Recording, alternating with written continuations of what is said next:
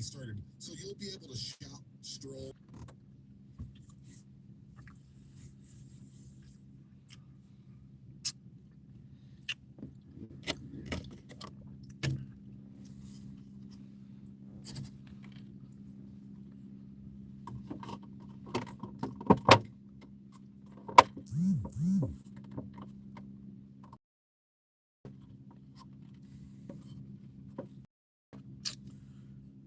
Off these Walmart brownies. Yeah, I'm saying.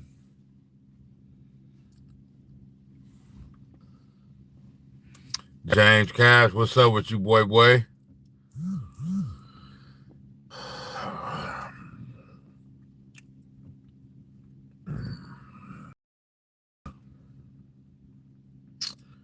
Letting the people kind of fill in a little bit. Yes, sir. Yes, sir, man. Yeah, you know what time it is, man. We finna get to it. Smoking this dank. My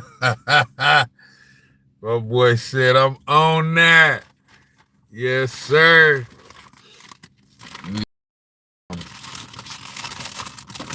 Just finna recap week 6. Yeah, man, before week 7 gets started. Tomorrow or tonight, wherever they at. You feel me?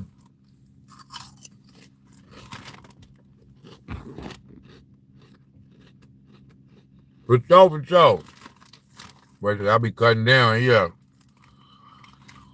Oh, man, week been good.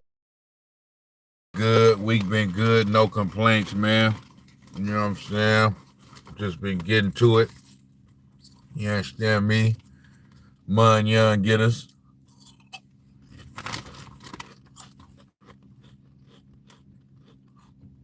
You know what I'm saying? Let the live kind of fill in a little bit, see if anybody else gonna tap in. Yeah, I'm into baseball. I've been kind of having like a little thing against baseball though, man, because I just hate how Barry Bonds is not in the Hall of Fame. You know what I'm saying? So I kind of until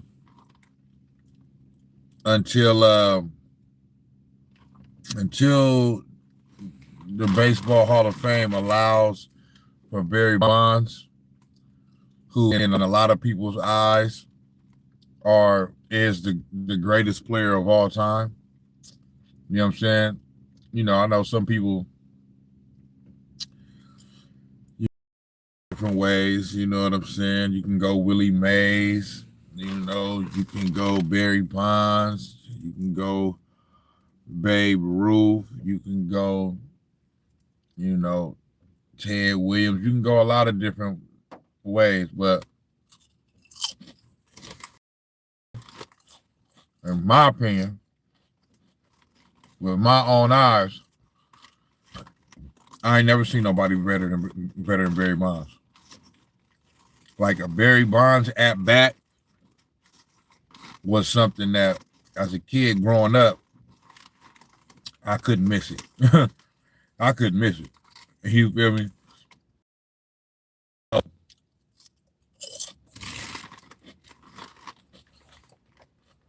When I first started doing Snax on Sportz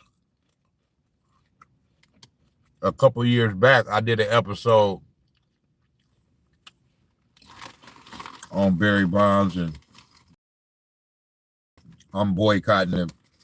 I'm boycotting Major League Baseball until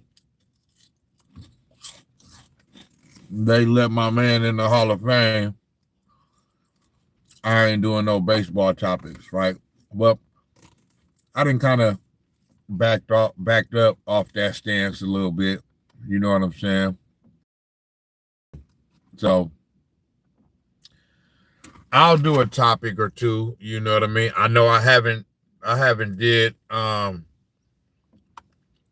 baseball episodes in a while. You know what I'm saying? And I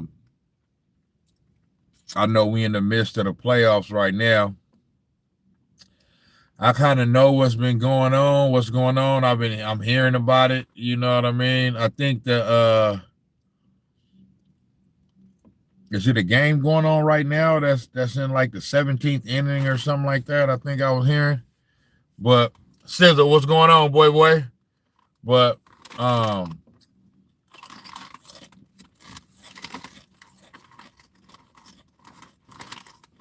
just haven't, so usually playoff time is the time when I do start watching baseball.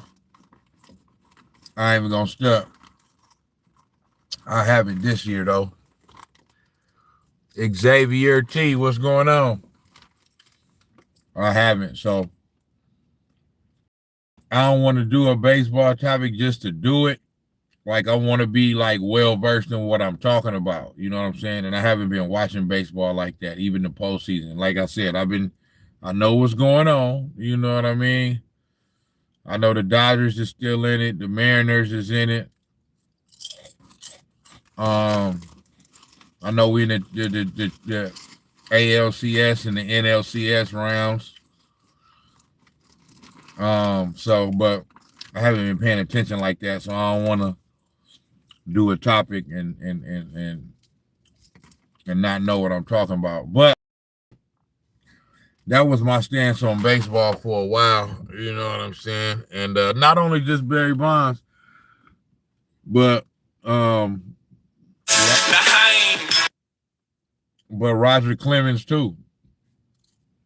And a few other players. You know what I'm saying? Like, Barry Bonds not being in the Baseball Hall of Fame is equivalent to like Michael Jordan or Magic Johnson or Jerry Rice, Joe Montana, Tom Brady, you know, Lawrence Taylor, something like that, not being in their Hall of Fame. Like, it's just ridiculous. So, but yeah, I rock with baseball. But yeah, man, Snax on Sports. I'm back at it, man. Back with another one. Let's get into it. Man, I'm beefing with the MLB right now, man. It's up, man. It's stuck. You know what I'm talking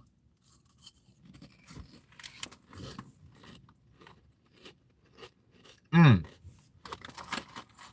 David Bradford.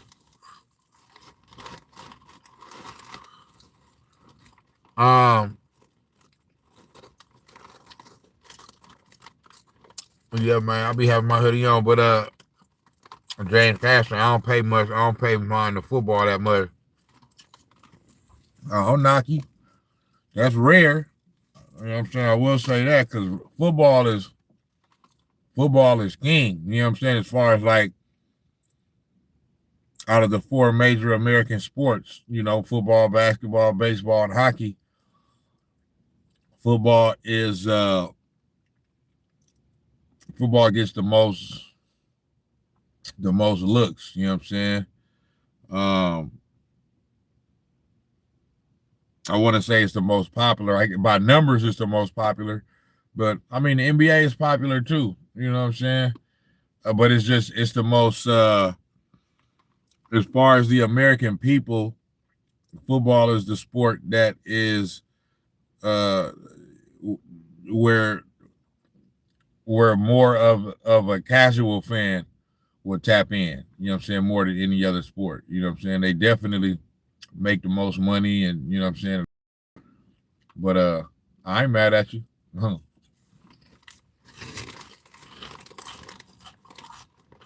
Philip Karachi say Jordan or LeBron. Come on now.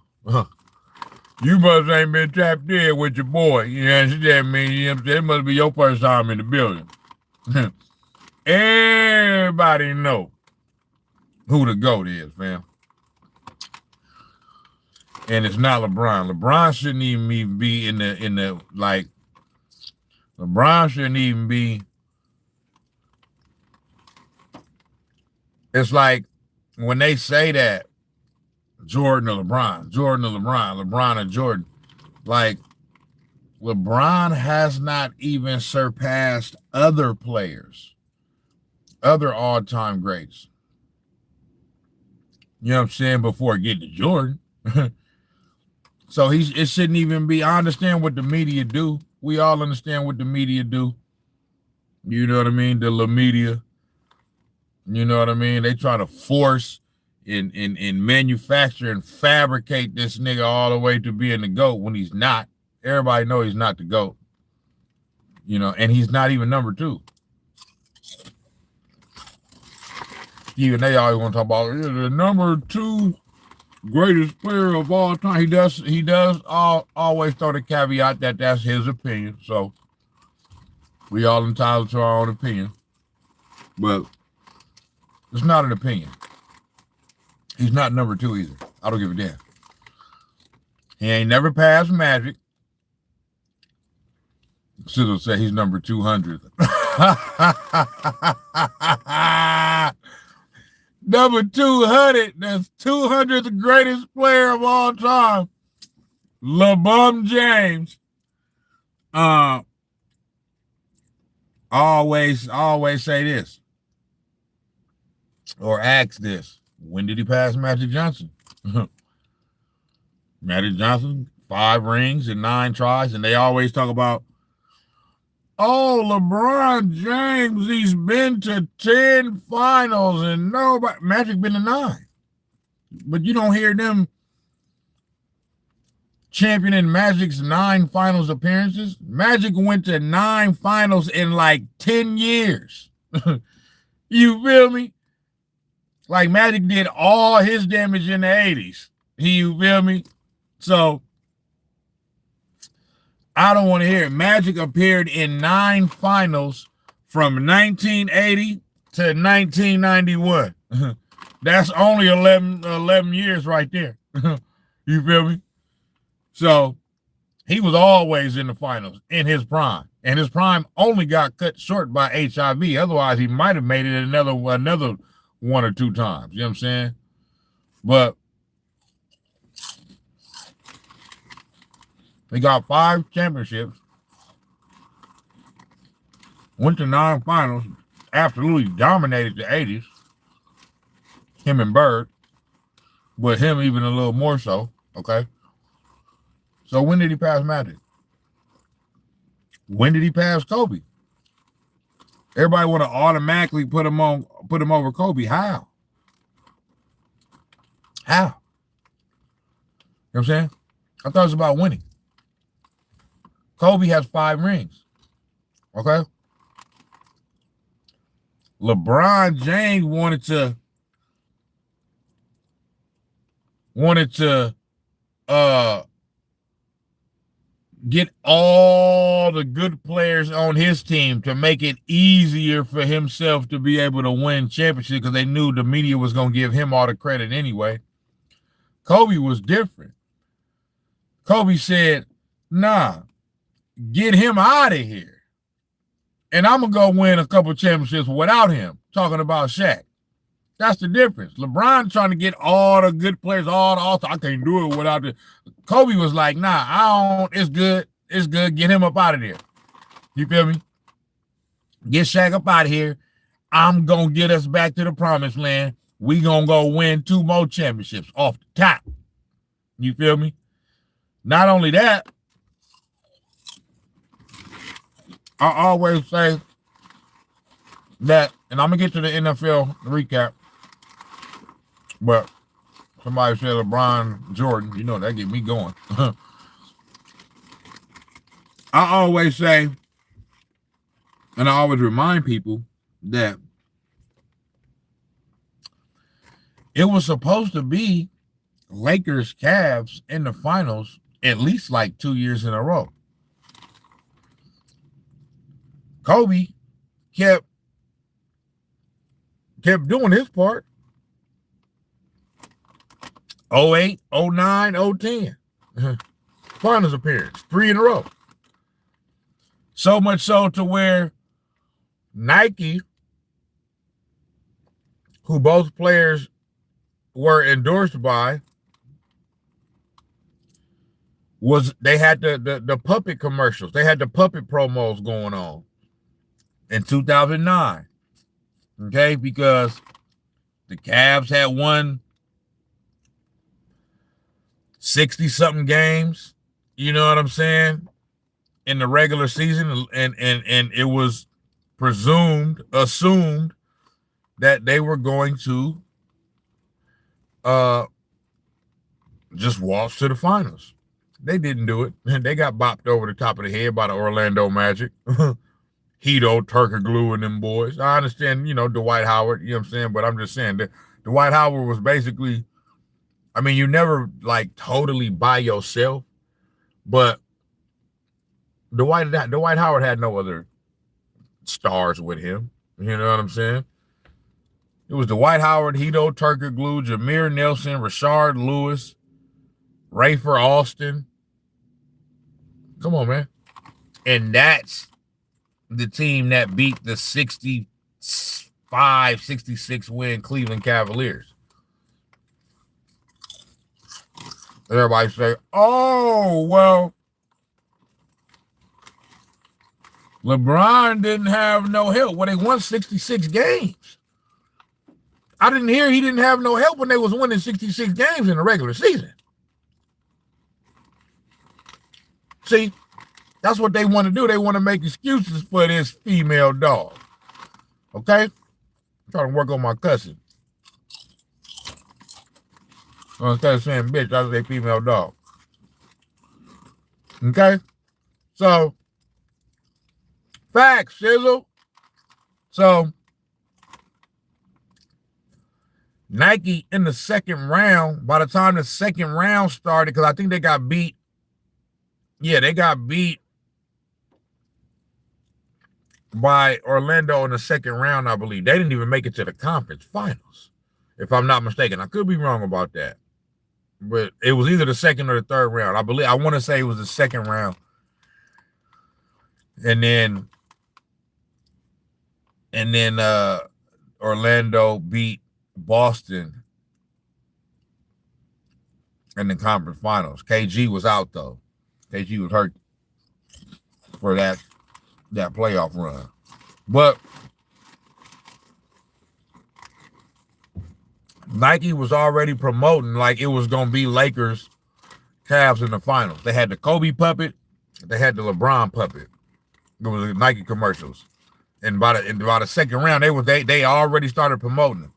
Dwight Howard was like, nah, we ain't doing that.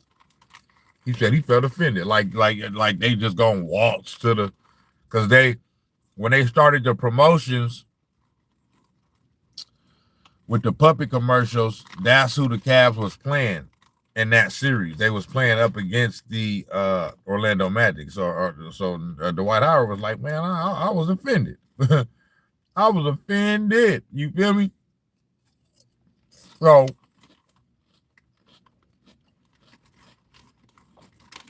Brian did what he do, choke in big moments. Okay? But I'm saying all that to say it was supposed to be LeBron versus Kobe. It was supposed to be Cavs versus Lakers. Kobe did his part in a tougher conference, but he didn't do his part. You know what I'm saying? So, and then Kobe went on to win back-to-back championships without Shaq. You know what I'm saying? So, when did he, and Kobe had his 5 championships before. Kobe had 5 championships before LeBron won his first championship. Okay? It was 5-0. You know what I'm saying? It was 5-0. Then he had to go team up with D-Wade and them, and then they won, you know what I mean, in Miami. But to me, the only thing LeBron got over Kobe Bryant is physical strength, possibly more athletic. I say possibly because young Kobe was as athletic as he gets. You know what I mean? the back end, he was still effective, but he had lost a little bit of athleticism. You know what I'm saying? And LeBron is just like he's just a freak of nature. You know what I'm saying? Not that Kobe wasn't, but LeBron is just more naturally, physically gifted. But that's it. When it comes to actual basketball, being skilled, footwork, being able to shoot, you know what I'm saying? Contributing to winning, all the things that matter, tenacity, heart, not choking, and getting your heart snatched out your chest like a little female dog. You feel me? Like the Dallas Mavericks did to him in the 2011 finals. When it comes to that, he ain't got nothing on Kobe, especially when it comes to being skilled. LeBron don't got no bag. He got no skills. He's a smart player. He's a cerebral player. He's a great passer. And he's so physically imposing that he's been able to bulldoze his way to 40,000 points. And it's something to be said for that, okay? Because it's worked for him. But I'm saying, when it comes to actual basketball skills, give me Kobe Bryant. And it's proven because he's won more. So when did he pass Kobe? When did he pass Kareem?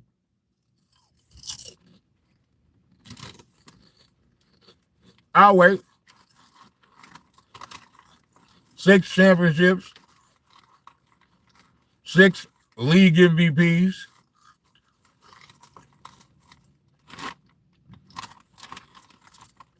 Was the all-time leading scorer for like 30 years before LeBron passed him. Okay?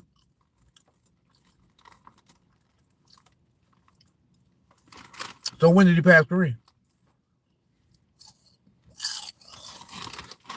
So I'm just saying, it's a few more players I'll put above LeBron too. I got him in my top 10, but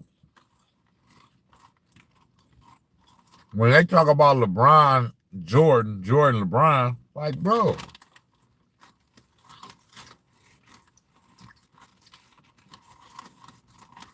it's still other players you got to get past, big dog.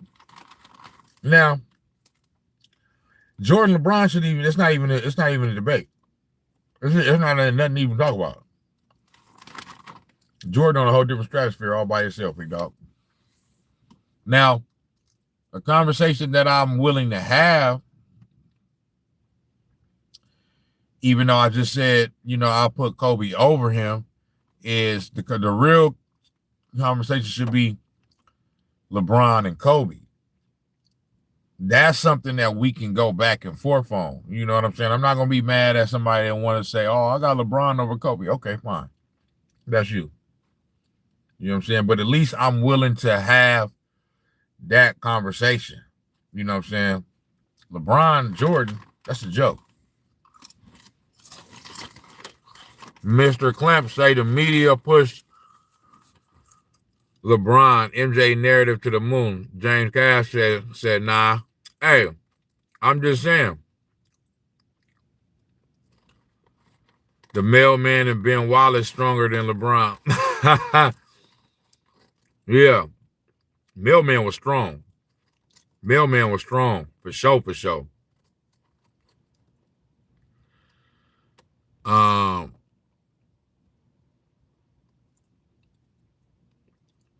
James Cash said the NBA will never see the likes of Kobe ever again. Not in our lifetime. At all. Kobe was different. No, so this is what I'm saying. This is what I mean, James Cash, when I say that.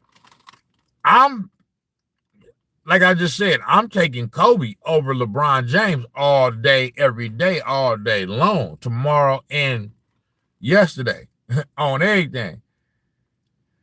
What I'm saying is that when they try to say LeBron Jordan or Jordan LeBron, to me, that's not even a conversation. Like, Jordan is so much more of a superior basketball player than LeBron James. It shouldn't even be it's not even, you know what I mean? Like Jordan did everything that he did in 13 years, bro. Think about that. His playing career with the Chicago Bulls was 13 years. Two of those 13 wasn't even full years, because one of them was when he came back from retirement the first time, and he came back in 95 with only 17 games to go in the season. Okay? Go to Leangelo in the building. What's good? The other one was his second year in the league when he broke his ankle or his foot or whatever. You know what I'm saying? And he missed the majority of the regular season, came back in time enough for the playoffs, dropped 63 against the Boston Celtics, and that's when Larry Bird said, this guy is Jesus in sneakers. You feel me? So I could really say Jordan did that in 11 years. Stop playing, man. What type of nigga you know win 3 championships, go play a whole nother sport, baseball, come back, win 3 more in a row? I mean, that's just gangster right there, fam. I mean, stop it.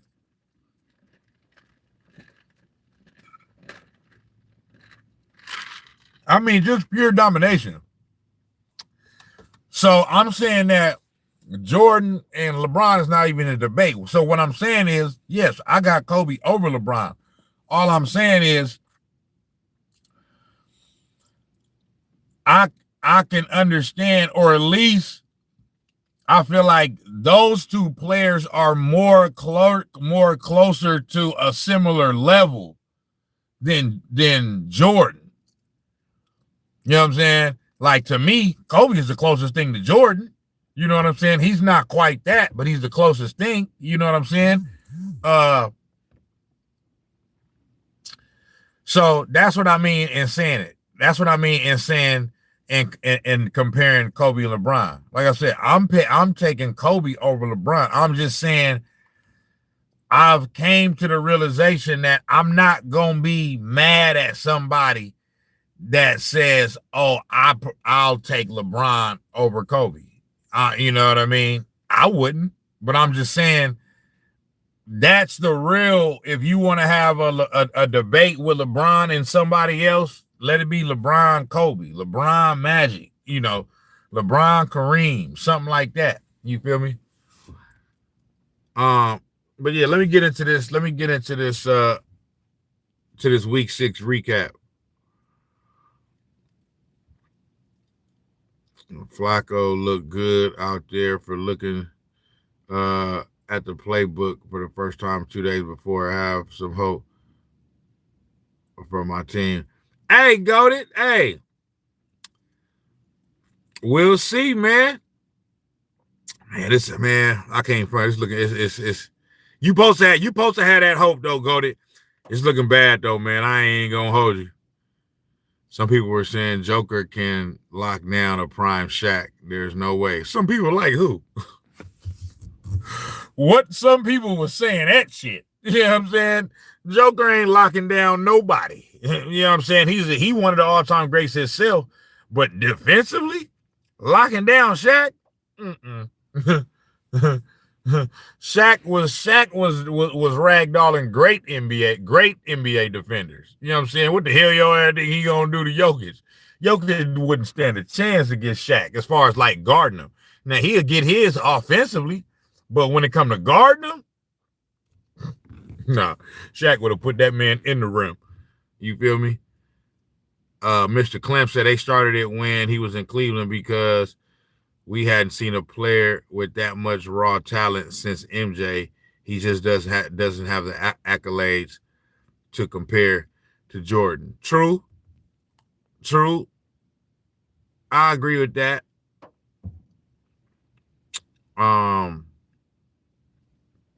Malcolm Bridge, go to Langelo. Malcolm Bridge retired at the age of 32.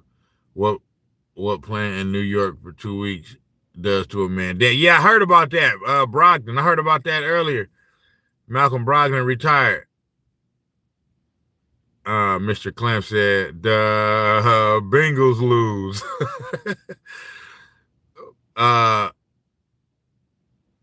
Goldie said it's been looking bad. Flacco made it look slightly less bad though. Yeah, a little bit, but Goldie says Slavian chicken. Man, I'm talking about straight up barbecue. He would have put that man in the rim. You feel me? Mr. Clamp say Steeler Nation. Both Shaq and Jokic would probably cook each other. Yep. Cause Jokic would get his. You know what I mean? He definitely would get his. He wouldn't be able to do nothing with Shaq defensively on that low post. Go to Leandro says Shaq had great defense, but he wouldn't know how to guard a player like Jokic. Shaq had great defense when he wanted to, but he didn't. He should have. I'll say this: Shaq should have been a better defender than what he was. You know what I'm saying? He just should have been. And that's the thing that Kobe was saying is like Shaq, because a lot of people don't realize playing defense in basketball, all playing defense is just a want to. All being a great defender is just a want to. You know what I mean? Just saying that you just got the mindset that you want to play good defense. You know what I'm saying? I mean, it's probably some athleticism in there as well. Like if you just unathletic, then yeah, it's gonna be harder for you to stay in front of somebody. But for the most part, if you got even just a little bit of athleticism, the want to is gonna make you just gotta want to do it. You know what I'm saying? And Shaq was one of those players that, you know what I mean? He was so naturally physically dominating that he didn't have to do a whole bunch. You know what I'm saying? So when it came to that, yeah, when it was time to, and you know, at different times, yeah, he was, you know, he blocked some shots and stuff like that, but Shaq is still, he's not known for being a great defender. You know what I'm saying? And he could have been a better defender than what he was. He had his moments, you know what I'm saying? But he could have been a better defender than what he was if he just put in the effort. He's still an all-time great, still a top 10 player of all time. You know what I'm saying? But, you know what I mean?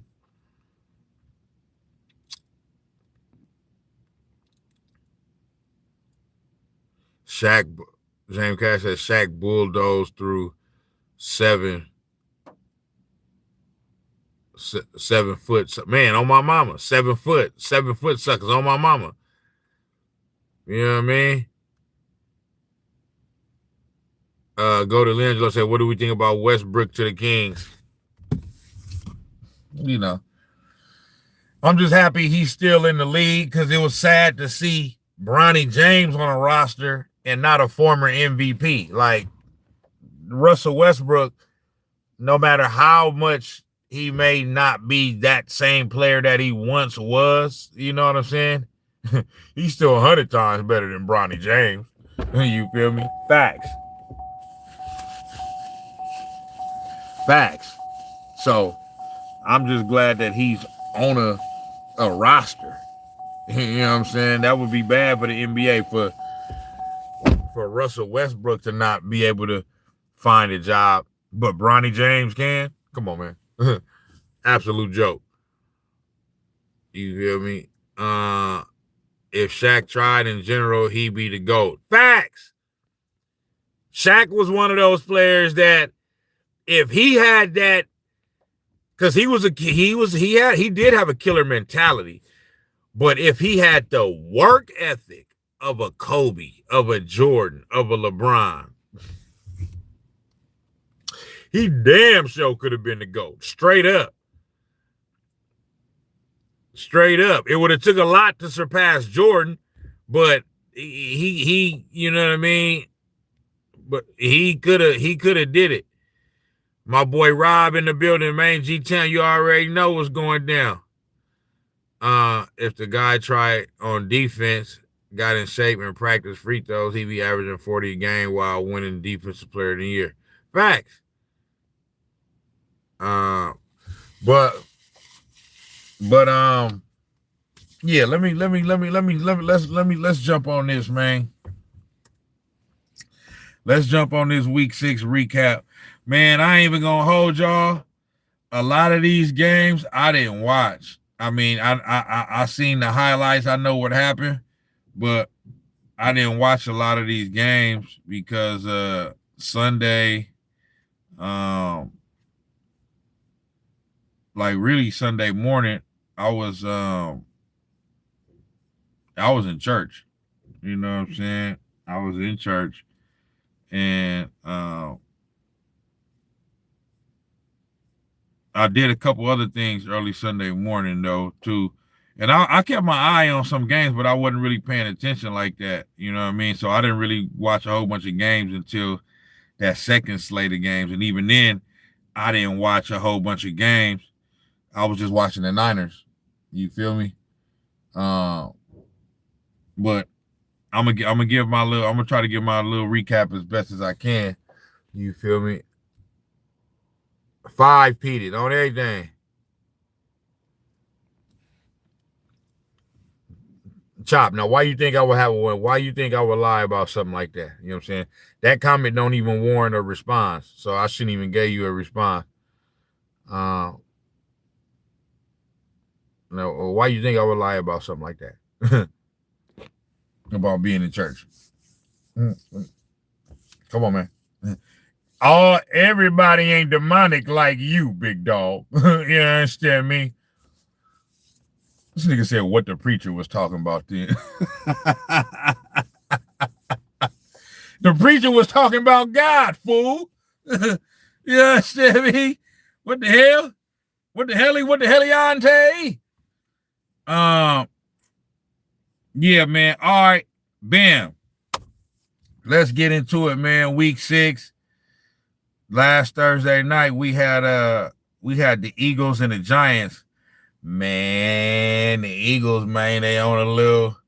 The Eagles was on a little. The Eagles was on a little. They on a little slump, man. They on a little. You know what I'm saying? And the Giants. They on a 2-game winning streak right now. Ever since they put oh boy, and not a 2-game winning streak because they won the first one with them. Then they lost. They won. Who did they beat? I think they beat who did they beat with Jackson Dart? I want to say the Saints, or did they lose to the Saints? You feel me? Time, what's going on, boy? Okay, yeah, they beat the Chargers. Then they lost to the Saints, and then they beat the Eagles. You know what I'm saying? But you could see the last 3 games, the Giants just kind of like they getting a little mojo. You feel me? They definitely getting a little mojo. But the Giants came out on top, man. 34-17. I mean, they straight dog walked him. You know what I mean? Straight female dog slapped him. You feel me? Let me look at the stats.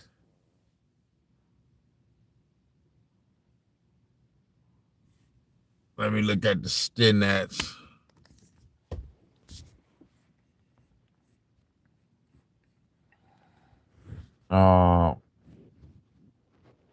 Jalen Hurts didn't play bad. Go to say, you see that clip of the Eagles rush pushing 4 times in a row? Yeah, man, they tripping over that one. It's like, man, that's all y'all got for us. You know what I'm saying? But that was. I heard somebody say this, and I agree. I think that was kind of like, what's his name? Nick Sirianni. I think that was Nick Sirianni kind of like thumbing his nose up to the league. You know what I mean? Saying like, oh, y'all don't want us to run this? Well, guess what? We finna run it 4 times in a row. You feel me? On my mama.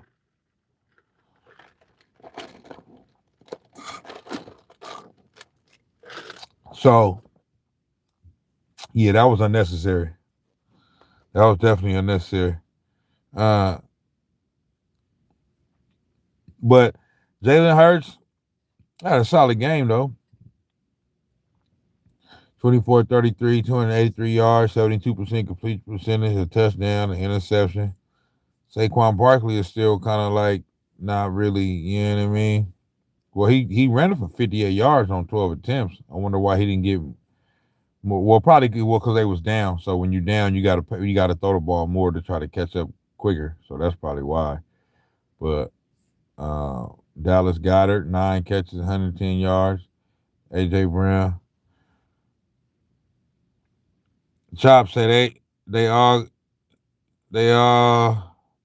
that's all they got, man. AJ Brown and Smith talking about they want more touches.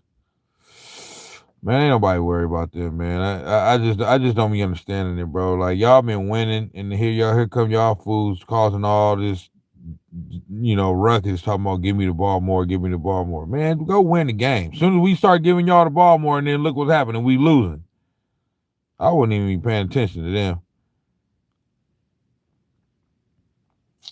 That can't be good for the Eagles right now. Go to say, league definitely going to ban it because they care about the ratings, and watching 12 300-pound men shoving grown men's ass forward ain't fun to watch. No facts. Yeah, they gonna ban that. And not only that though, it's because the refs is out here talking about they can't really tell who offsides and who not and all. Like it's confusing the refs. You know what I'm saying? Now you can't have that. Yeah, they gonna ban it. They already tried to make adjustments in this off season, saying you got to line up a certain way, everybody, whatever. You know what I'm saying? And that ain't working. So all it's doing is confusing the refs more. So yeah, they gonna ban that in the off season. Mr. Clem said Jalen made some questionable throws that could have gained them a lot of momentum, but on paper he didn't play too bad. Yeah. You right. I'm looking at just the stats. The stats look like, you know what I'm saying? The stats look like he played well, but um I didn't really pay attention to the game like that. So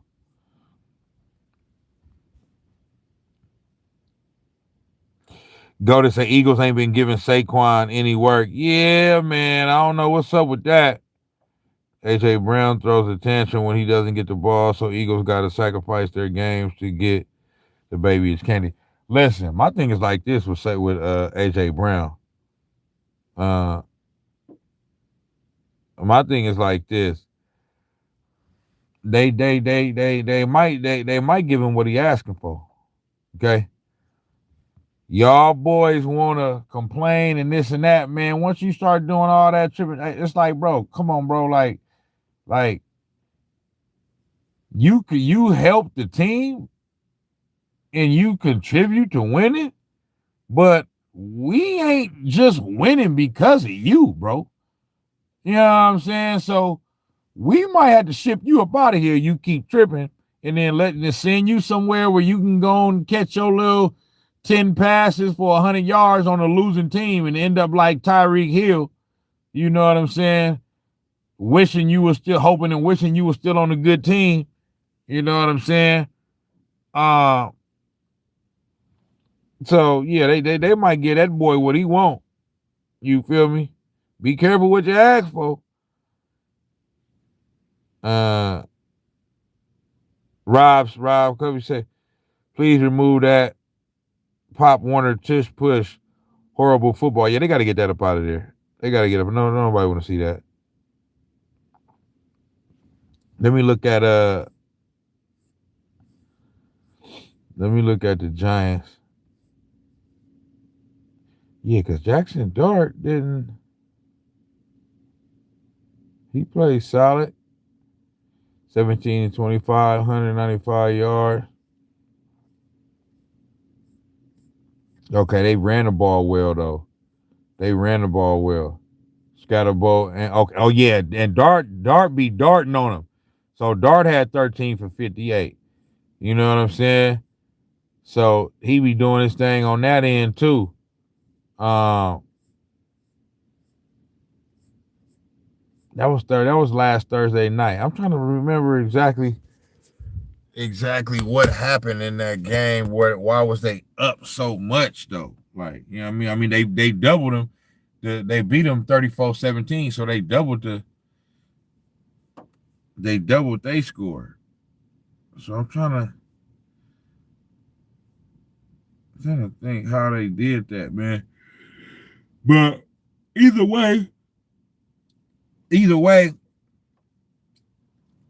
the Giants came out with the win. I had said that coming off that last loss that the Eagles had when they lost to I forgot who they lost to first, but they lost the week before.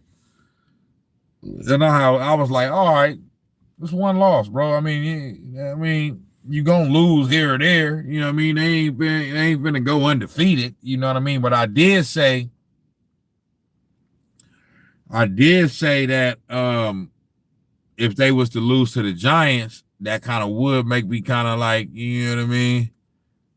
You know, kind of scratch my head a little bit. Not scratch my head, but kind of like have them looking at them with a raised eyebrow, like, okay, what's going on? But I still think they're going to be all right. You know what I'm saying? I still think they'll be all right. You feel me? Like, do I think that they finna just nosedive and all of a sudden they ain't finna make the playoffs and all that? No, I don't think that's gonna happen. Eagles will be all right. I ain't saying they're gonna win the championship again this year, but as far as making the playoffs, they still gonna make the playoffs.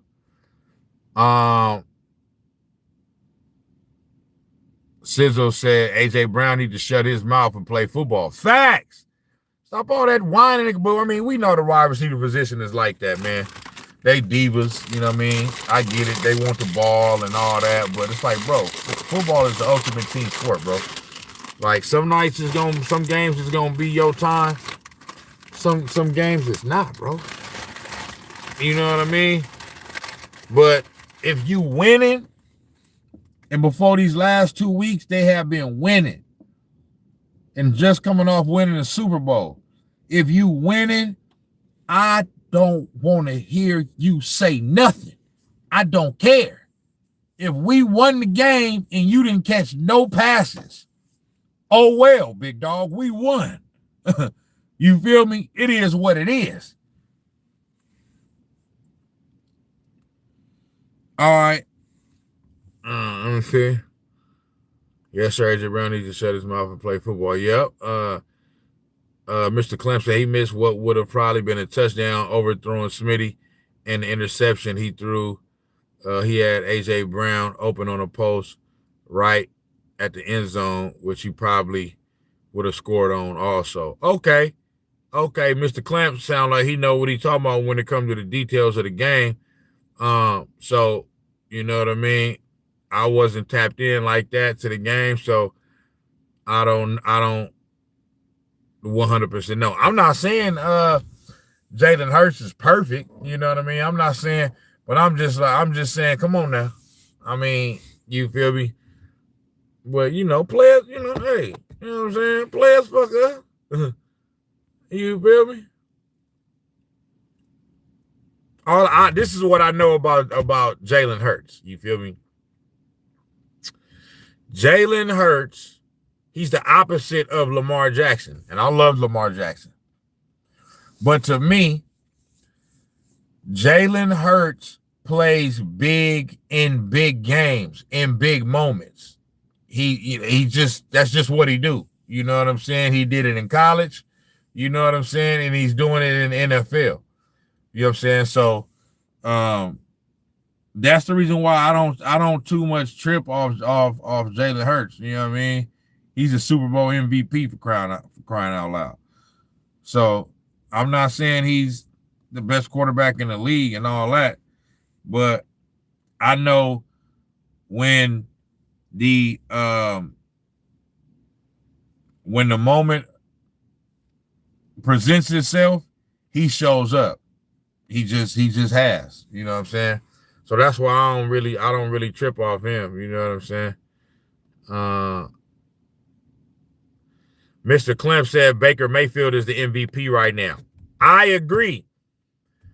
I 1,000% agree with that. However, I was watching First Take this morning. They talking about the betting odds and all that right now. They got Patrick Mahomes as the lead. I'm like, how? How, bro? Baker Mayfield has almost been perfect this year. And his team is 5-1. You feel me? So I don't know what they got going on. I got a few players over Patrick Mahomes for the MVP. I'll put Baker Mayfield, obviously. He's my number one candidate for MVP right now. I'll put Daniel Jones over Patrick Mahomes right now. And if the Cowboys had a bit of a better record, I'll put Dak Prescott over Patrick Mahomes right now as far as in the MVP race. Dak been balling this year. Facts.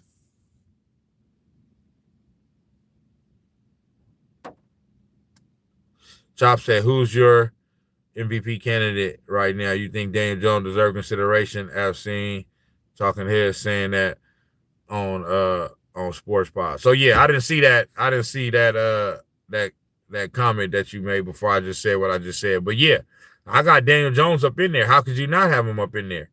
You know what I'm saying? He just, hey, you know what I mean? I got Baker Mayfield as the favorite, but I got Daniel Jones right there, right behind him, straight up. He playing well, and his team is playing well. Let me see what y'all saying. Lamont Curry said, go Steelers. In the end, A-Rod going to be in the MVP race. Nah, I disagree with that. I disagree. Go to say, just so happens to be the first game Swift showed up this season. What Swift? Taylor Swift? And not one. Oh, man. And not one. Hey, Goated, I'm glad you said that. I was thinking that too, bro. All of a sudden, now, I'm telling y'all, man, I was saying it last week. The Chiefs had not been playing well like that. You know what I mean? They was losing games, or at least losing more than they was winning. And if you notice, they wouldn't get the benefit of them calls. All of a sudden last week, you know what I mean? They was getting the benefit of that whistle. You feel me? As far as the other team getting penalized, you know what I mean, and them not getting penalized at all. And lo and behold, they come out with the win. So, come on, man. We see the play, NFL. We see the play. We know y'all want the Chiefs up in there at the end of the day. You know what I mean? Y'all want to make sure they stay afloat. You know what I mean? So y'all went on ahead and told them, gave them a little extra cushion under the table. You know what I mean? Put a little extra, you know what I mean? Put a little extra dressing on that salad for them. You feel me? And said, hey, man, go on and y'all know what to do. Y'all know what to do. You know what I'm saying? Go on and do what y'all do, refs, and make sure they win this game. Because we can't have the Chiefs 2-4. They got to be 3-3. Okay. So, yeah. I see the play. I see the play. The Chiefs need all the help they can get. And they got it. You understand me? So, you feel me? Yeah. Go. You right about that.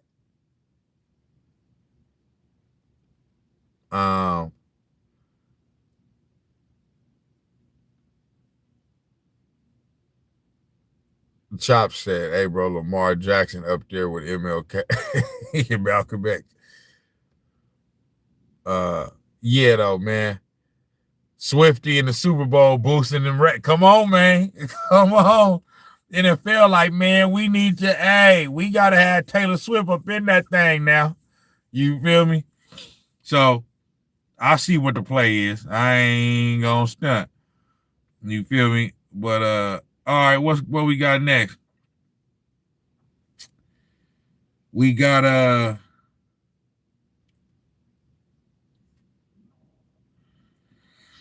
oh man, so Broncos Jets. Listen, man. Didn't watch this game. Don't care to watch it. You know, the Jets, they're god awful. You know what I'm saying? It just is what it is. You feel me? 0-6. I believe they're the only winless team left in the league. And you know what I'm saying? Yeah, they are. And I mean,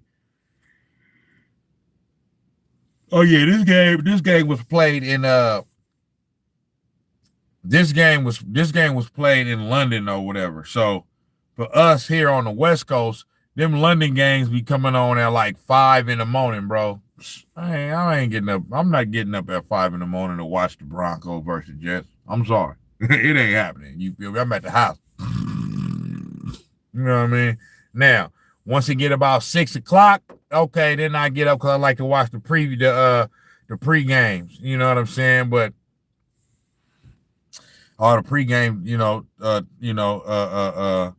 shows and all that. But man, ain't nobody getting up early to watch the Broncos and the Jets. And then you see what the final score was, 13-11. You feel me? The Broncos ended up coming out with the win. They 4-2 now. The Jets 0-6. You know what I mean? They got Aaron Glenn out there looking like he don't know what the hell he doing. And I know it ain't his fault like that. It ain't all his fault as the head coach, but you know he gonna get the blame. You feel me? He the head coach, plus he black. So y'all know how they do black head coaches. Come on now. Y'all know. You feel me? Rob Cuppy say horrible game by Fields. Yeah. They wasn't, you know what I'm saying? I heard they wasn't even trying to at the end of the half, they damn near at the 50-yard line and could have pushed it for some more yards, you know what I'm saying? And they was like, nah, we ain't even finna do that. We finna just go into the half, man. We don't know what this man gonna do. This man might throw it to the other team. You feel me? Rob say, yeah, O-line was just horrible. Yeah, man. So, I mean, 13-11. Broncos came out with the win. You know what I mean? A win is a win. So, you know what I mean? They record look good now. They 5-2. Bo Nix, you know what I mean? Doing the thing. Let me look at some stats. Let me look at the stats for this one. Yeah, Bo Nix, 19-30, 174 yards. Nothing special. A touchdown, no interception. 63% completion percentage. You feel me? Nobody did nothing major. You know what I'm saying? But they ended up getting the win. Let me look at the Jets stats. Justin Fields was just... This boy threw for 45 yards. I mean, goodness gracious, man. Your ass is not an NFL quarterback, man. He's talented.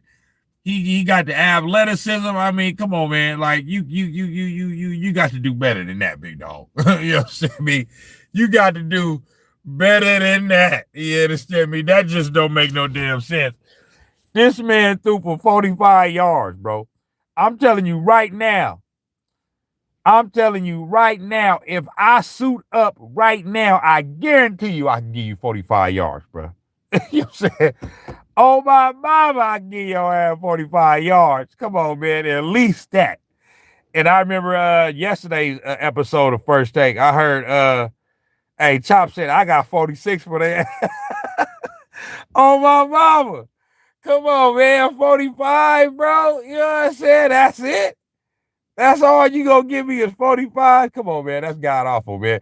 That's an average of, this man threw for 11 yards a quarter. Come on, man. What is we doing out here? Stephen A. said yesterday, come on, man. Come on, Tom. You already know, man. I can come on, 45 yards. Come on, man. I can do that. I can do that. I just, even if, you know what I mean, if I see the defense coming, you know what I'm saying?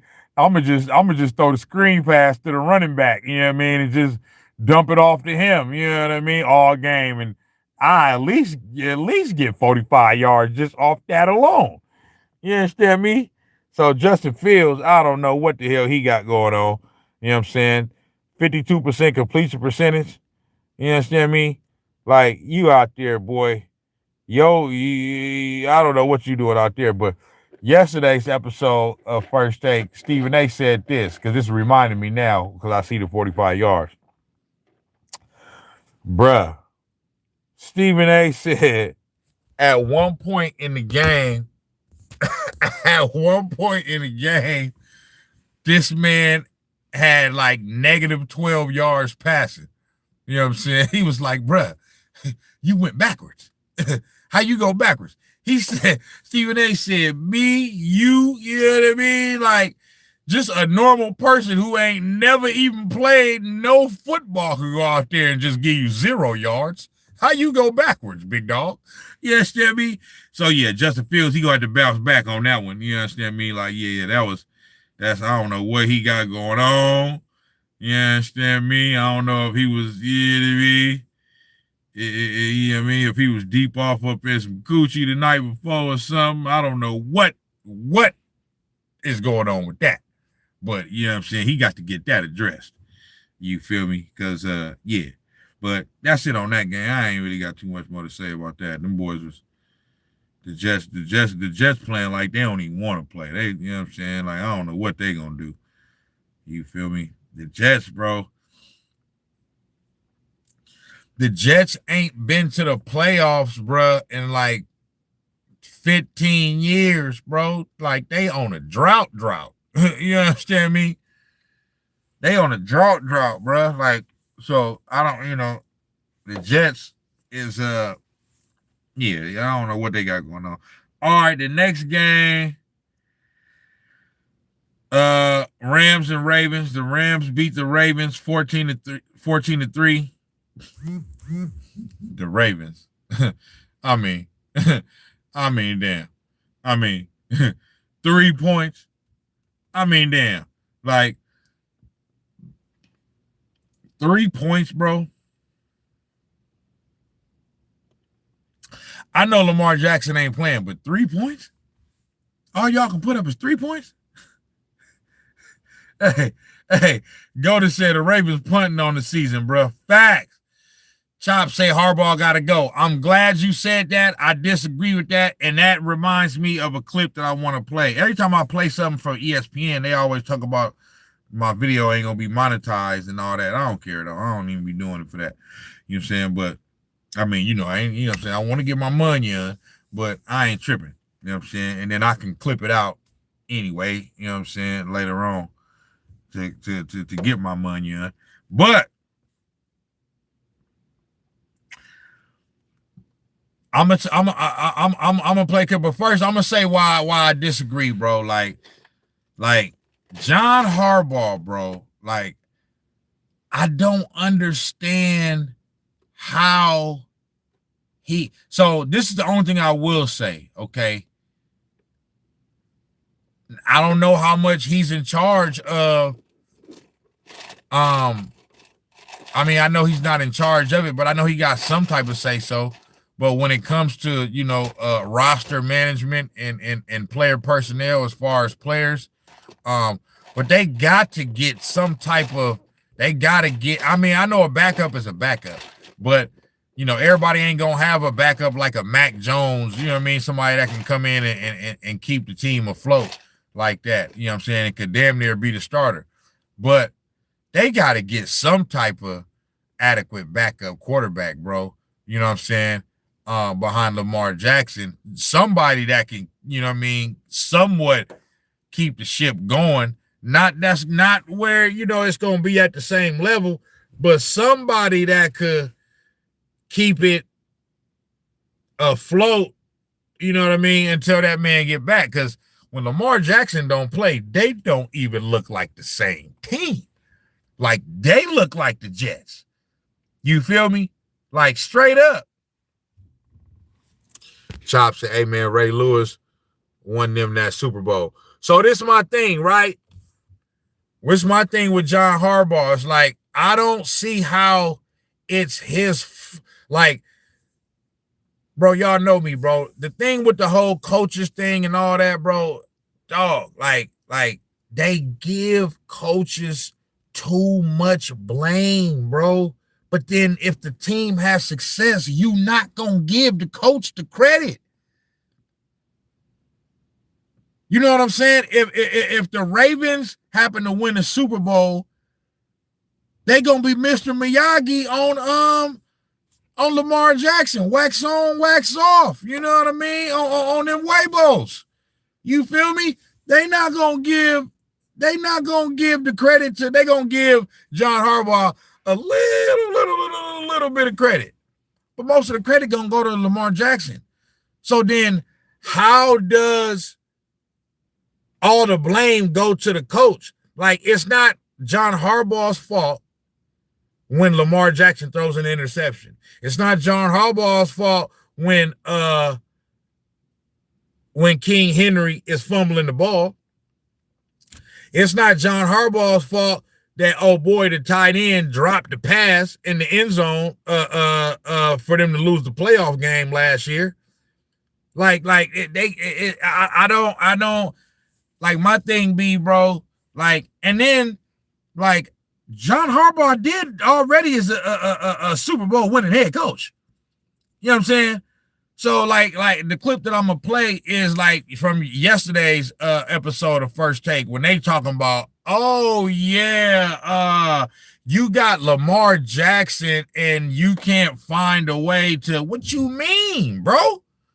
Lamar Jackson is the one that got to get it done on the field. This is what I don't like about this era of sports media and all that. Like, they give the star players consistent passes, bro.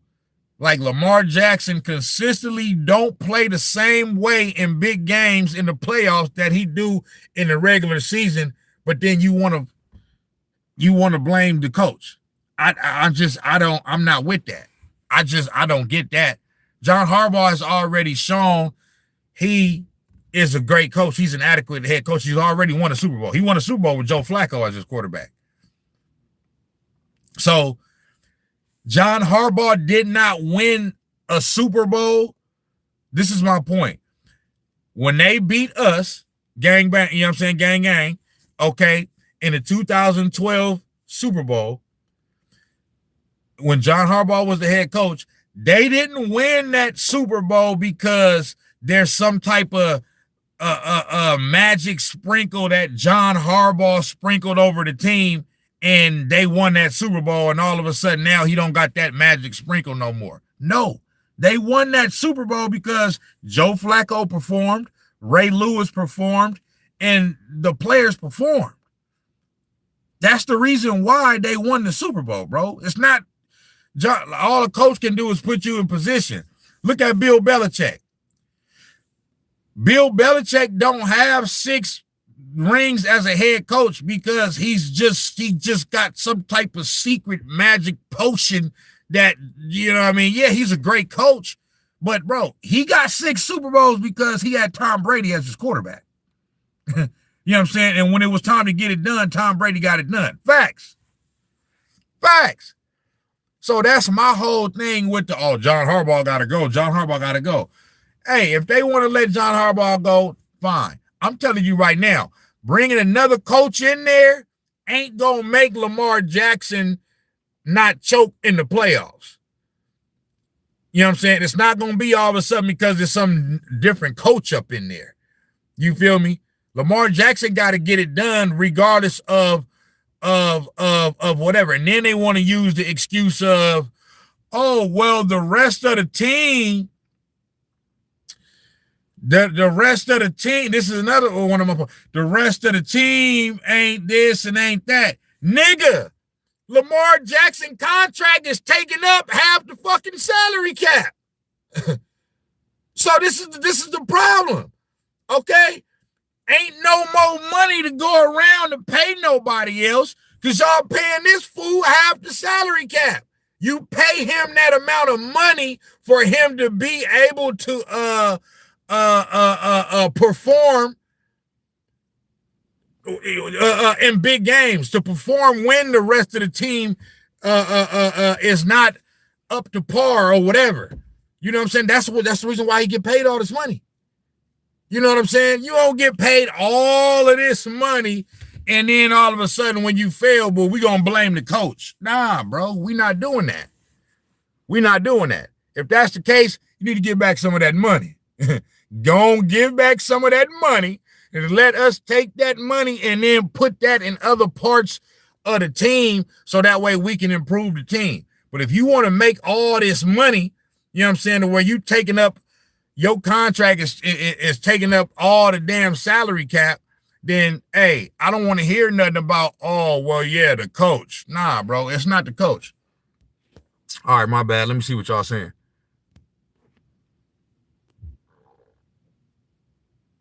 James Cash say, acting like they on the field. The coach can suck a dick on my mama.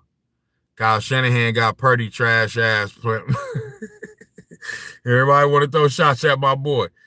Kyle Shanahan got Purdy trash ass playing like an MVP. With his system, and McVay had Goff playing good. Facts. Obviously, I don't agree with Purdy being a trash ass, but I get your point. You know what I'm saying?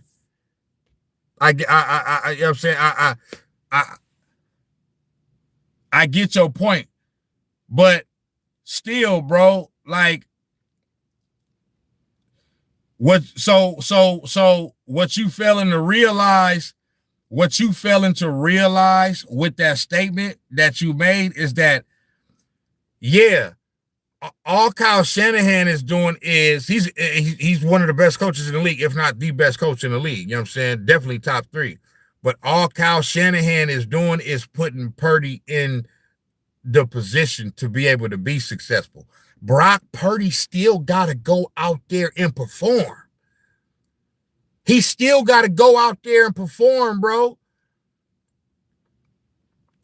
So it's not just like, okay, Kyle Shanahan is just, yeah, bro, Kyle Shanahan is proven he's a great coach. But Brock Purdy is still going out there and getting it done, though. You know what I'm saying? So I see what you're saying, but still, bro, like,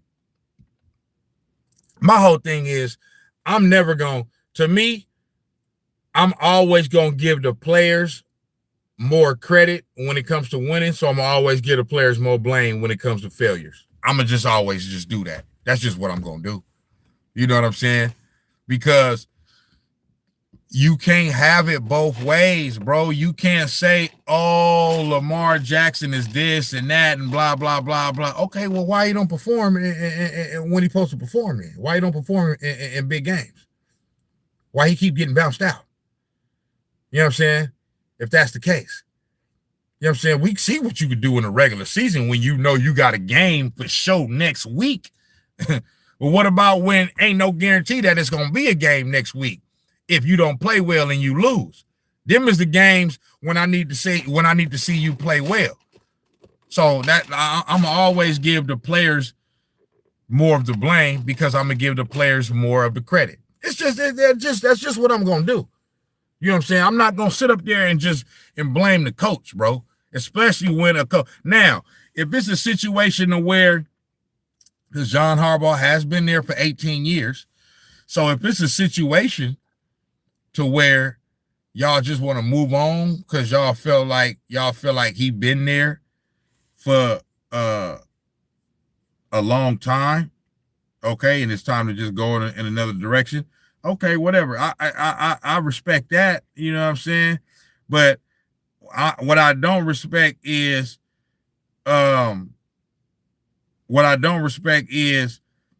firing him or moving on because of Lamar Jackson's lack of performing. I don't respect that. I don't respect that at all. Let me find this little clip. Let me see. First take, Ravens, Harbaugh. Yeah, I'm not with that. And I'm not some old John Harbaugh apologist. You know what I'm saying? I'm just saying, bro.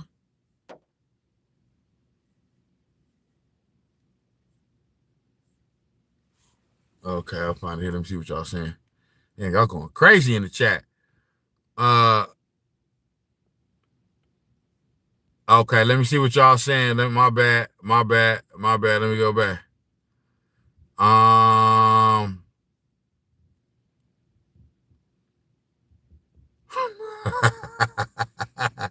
Go to say Purdy a trash ass quarterback. Facts. Hey man, y'all man, stay off my guy, man. You know what I'm talking about?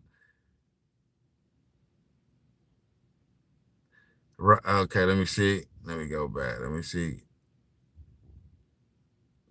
Okay. Berto say 70% of the salary was available this year, and we chose to get DBs and not defensive linemen and pass rushers. Stop it. Berto, who your team? Robert Morrow said, dude, every quarterback takes the most money. I understand that. That's my whole point. Like, my whole point is, bro, this is my point. If I'm going to pay you all this money, you got to perform, bro. You just got to do that. I'm sorry. You got to do that. And if you're going to take this money, what we not going to do is when a team fails and you play like shit, we're not going to then say it's the coach's fault. Because all the winning that the team was doing to get to this point, nobody was who ran for the coach. But then all of a sudden, when the team don't do well, everybody want to blame the coach. I'm not with that. I'm never gonna be with that. I just don't rock like that. That's unaccountability, bro. That's what these females be doing, bro. That's whole shit to me. You know what I'm saying? Everybody know females is not accountable for nothing. They don't want to say sorry. They don't want to. That's whole shit to me, bro. To sit up there and not be accountable for your fuck ups. You know what I'm saying? For when you did something wrong. You know what I'm saying? When everything is going all good, oh yeah, I did this, I did that. But when we fail, oh nah, it ain't no, look at him. No, don't look at me. You know what I'm saying? It's him over there. Nah, bro, we not doing that. To me, the coach don't have that much effect on the outcome of a game like that. He has some, not that much, bro. All he doing is making decisions on like every coach ain't the difference with somebody like a Kyle Shanahan and the John Harbaugh is Kyle Shanahan is the head coach, but he's also essentially the offensive coordinator. He's calling the plays. John Harbaugh don't call no plays. You know what I'm saying? Like a lot of head coaches, all they doing is just like personnel decisions, who gonna play, who not, who's starting, who don't. They got control over like timeouts and you know what I'm saying, and all that stuff.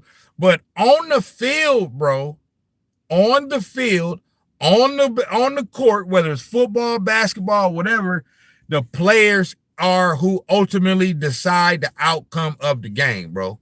Facts. It just is what it is. The coach don't have that much effect on the outcome of a game like that. The players do. You know what I'm saying? So that's the reason why I'm always going to give players more credit. So I'm always going to give players more blame. I'm not saying that I'm not going to give the coaches no credit or no blame. I'm just saying that the players deserve more credit and more blame for success and for failure. They just do, bro, because they actually out there on the field and on the court. You know what I'm saying? So they just like good play on the court or on the field can override a bad play call or bad coaching. But bad playing, horrible play on the court or on the field cannot what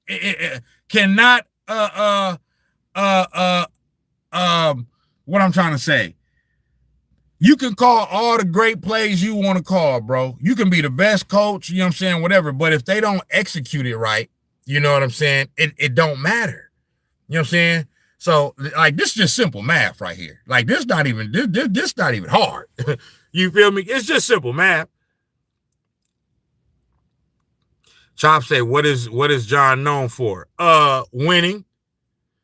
Winning. That's what he's known for. He's known for winning. Berto say Lamar takes up 29% of the cap. Stop it. That's still a huge chunk, bro. That's still a huge chunk. What is Lamar Jackson getting paid? He getting 50-something million a year. He the highest paid player on the team, ain't he? Ain't he the highest paid player on the team? So if you're the highest paid player on the team, come on now. You need to give me, I don't want to hear nothing about what is John Harbaugh getting paid compared to what Lamar Jackson is getting paid. If we gonna blame John Harbaugh for Lamar Jackson's failures in big games, okay, well, he need to be getting paid more money then. John Harbaugh need to be getting some of that money. That's all I'm saying. Yeah, he need to be getting some of that money. You know what I'm saying? Y'all ain't finna be blaming me, but this nigga getting paid $55 million a year. You know what I'm saying? And I'm getting like 5 or 10, but then y'all want to just blame me and shit. I'm telling you right now. They can bring whoever they want to bring up in there. They can bring in Bill Walsh, rest in peace. They can bring in Bill Belichick. They can bring Bill Parcells. They can bring Vince Lombardi, rest in peace. They can bring up in there Andy Reid, whoever they want to bring up in there.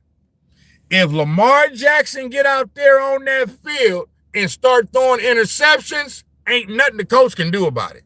You know what I'm saying? Facts. It's number facts.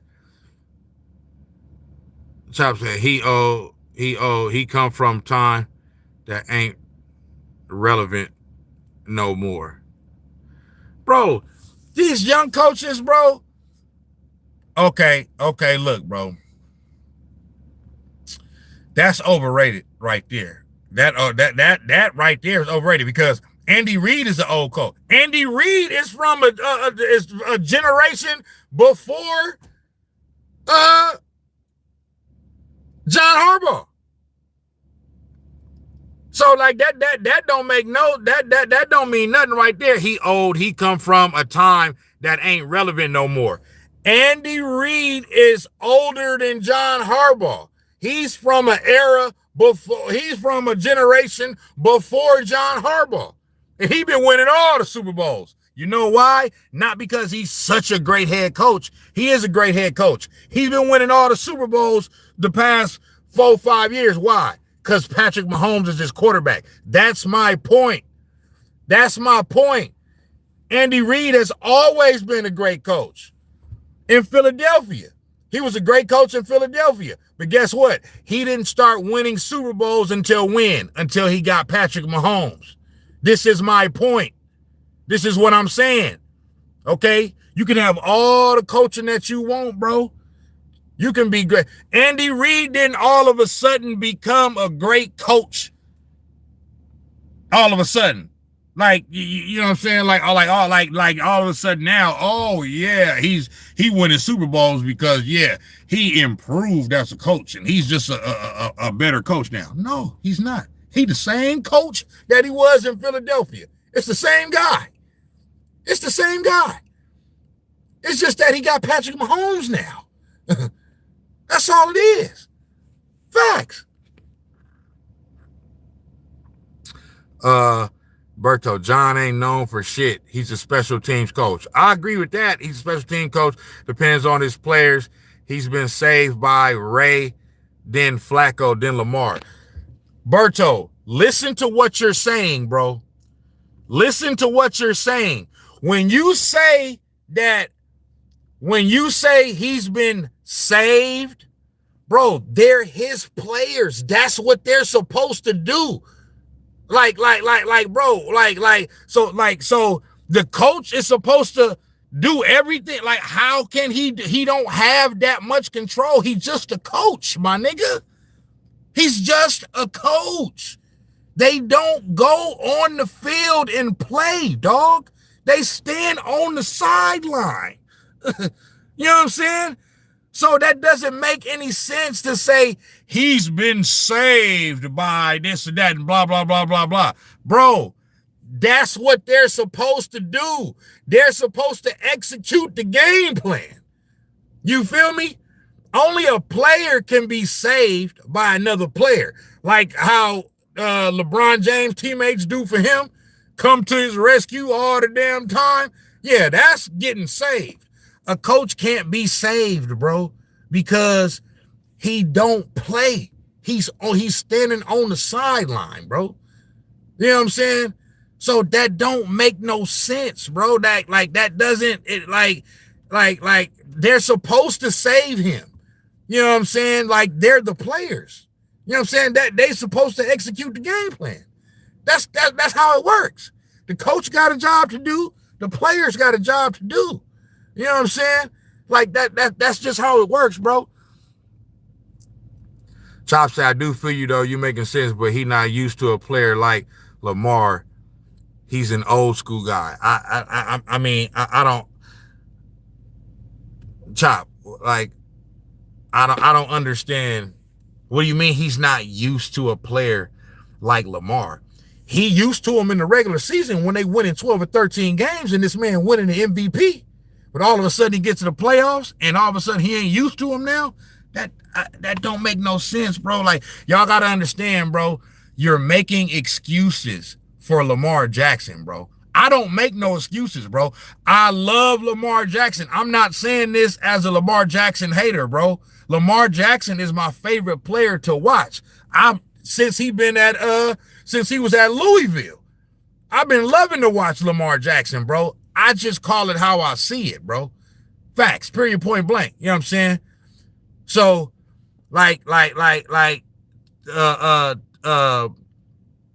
to say that he's not used to a player like Lamar, like that has nothing to do with nothing, bro. You know what I'm saying? Because Lamar Jackson just goes out there and plays. Like, he don't have to be used to him or not used to him, or, you know what I'm saying, or whatever. Like, John Harbaugh don't even, like, he's not like an offensive coordinator or nothing like that. Like somebody said, he was a special teams coach and got hired.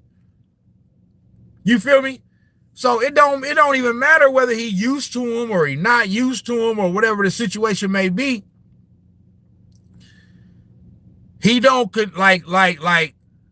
he's not even an offensive coordinator, bro. Like, that would make more sense. That comment right there would make more sense. At least if he was the offensive coordinator. He don't even call the plays, bro. He's not even offensive coordinator, bro. So he ain't got to be used to him or not used to him, bro. The players make their coaches look good. Facts. You think Phil Jackson got 11 rings if it's not for Michael Jordan, Scottie Pippen, Shaq O'Neal, and Kobe Bryant? No, he don't. He don't. He can be all this he want. Oh, Zen Master and all that. He don't got none of them rings without Michael Jordan and Kobe Bryant. Facts.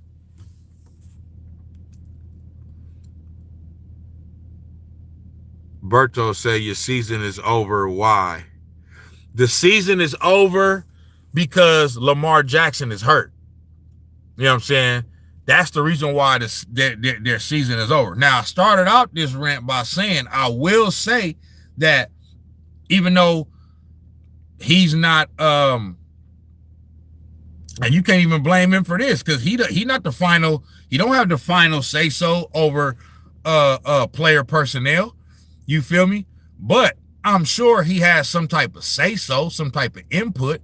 You know what I'm saying? But I did start out by saying that they do need to get more adequate backup quarterback play. You know what I'm saying? Because This happens every time Lamar Jackson get hurt. When Lamar Jackson get hurt, they can't do they just don't do, they can't do nothing. But what I'm saying is, at the same time, how can you blame him ultimately for that too? The defense could be better, okay? But how can you blame him for that too? Because he not the general manager.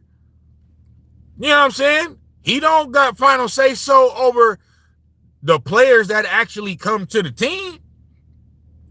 And draft picks and all that, like I said, I know he has some input. He don't have final say so though.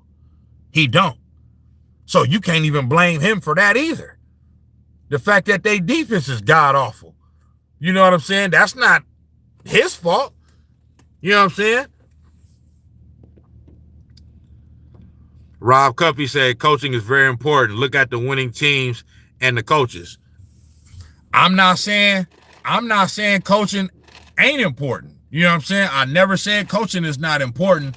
What I'm saying is, the thing that I'm saying, bro, is that too far in this era of critiquing coaches and this era of sports media and fans, too often coaches get blamed too much. Okay, I'll give another perfect example, bro. Golden State Warriors and Steve Kerr. Okay. Steve Kerr, if you listen to, when it comes to this Steve Kerr, Jonathan Kuminga thing, right? Fans have some type of like, I don't know what it is about Kuminga, but they just think this fool got the potential to, like, not all fans, a lot of fans that just don't know what the hell they talking about, they got this thing in their head like Kuminga is the next Kobe Bryant or something. Bro, he's not. He's not. I've seen enough of Jonathan Kuminga to know he ain't no damn Kobe Bryant. Ain't no Kobe in him. Okay? So, and then so they want to criticize Steve Kerr. Well, he don't get the chance to. How he don't get the chance, bro? Like Jonathan Kuminga he done started hella games in his career. There's been many games where he done played 25, 30 plus minutes. He get the chance, bro. What it is that Steve Kerr is a winning type of coach. He comes from winning. That's all he knows as a player and as a coach. Okay. And all he's played up under is legendary coaches from his time at Arizona Wildcats under Lute Olson. Okay. Then up under Phil Jackson and the Bulls, then Greg Popovich and the Spurs. Okay. And then now as a head coach, he's won. This man has won 4 championships with the Golden State Warriors. Rob, you already know this. The Golden State Warriors, when we were growing up, we were the worst team in the NBA for years. I'm talking about straight butt cheeks, fam. I'm talking about perennial 20-win seasons every year.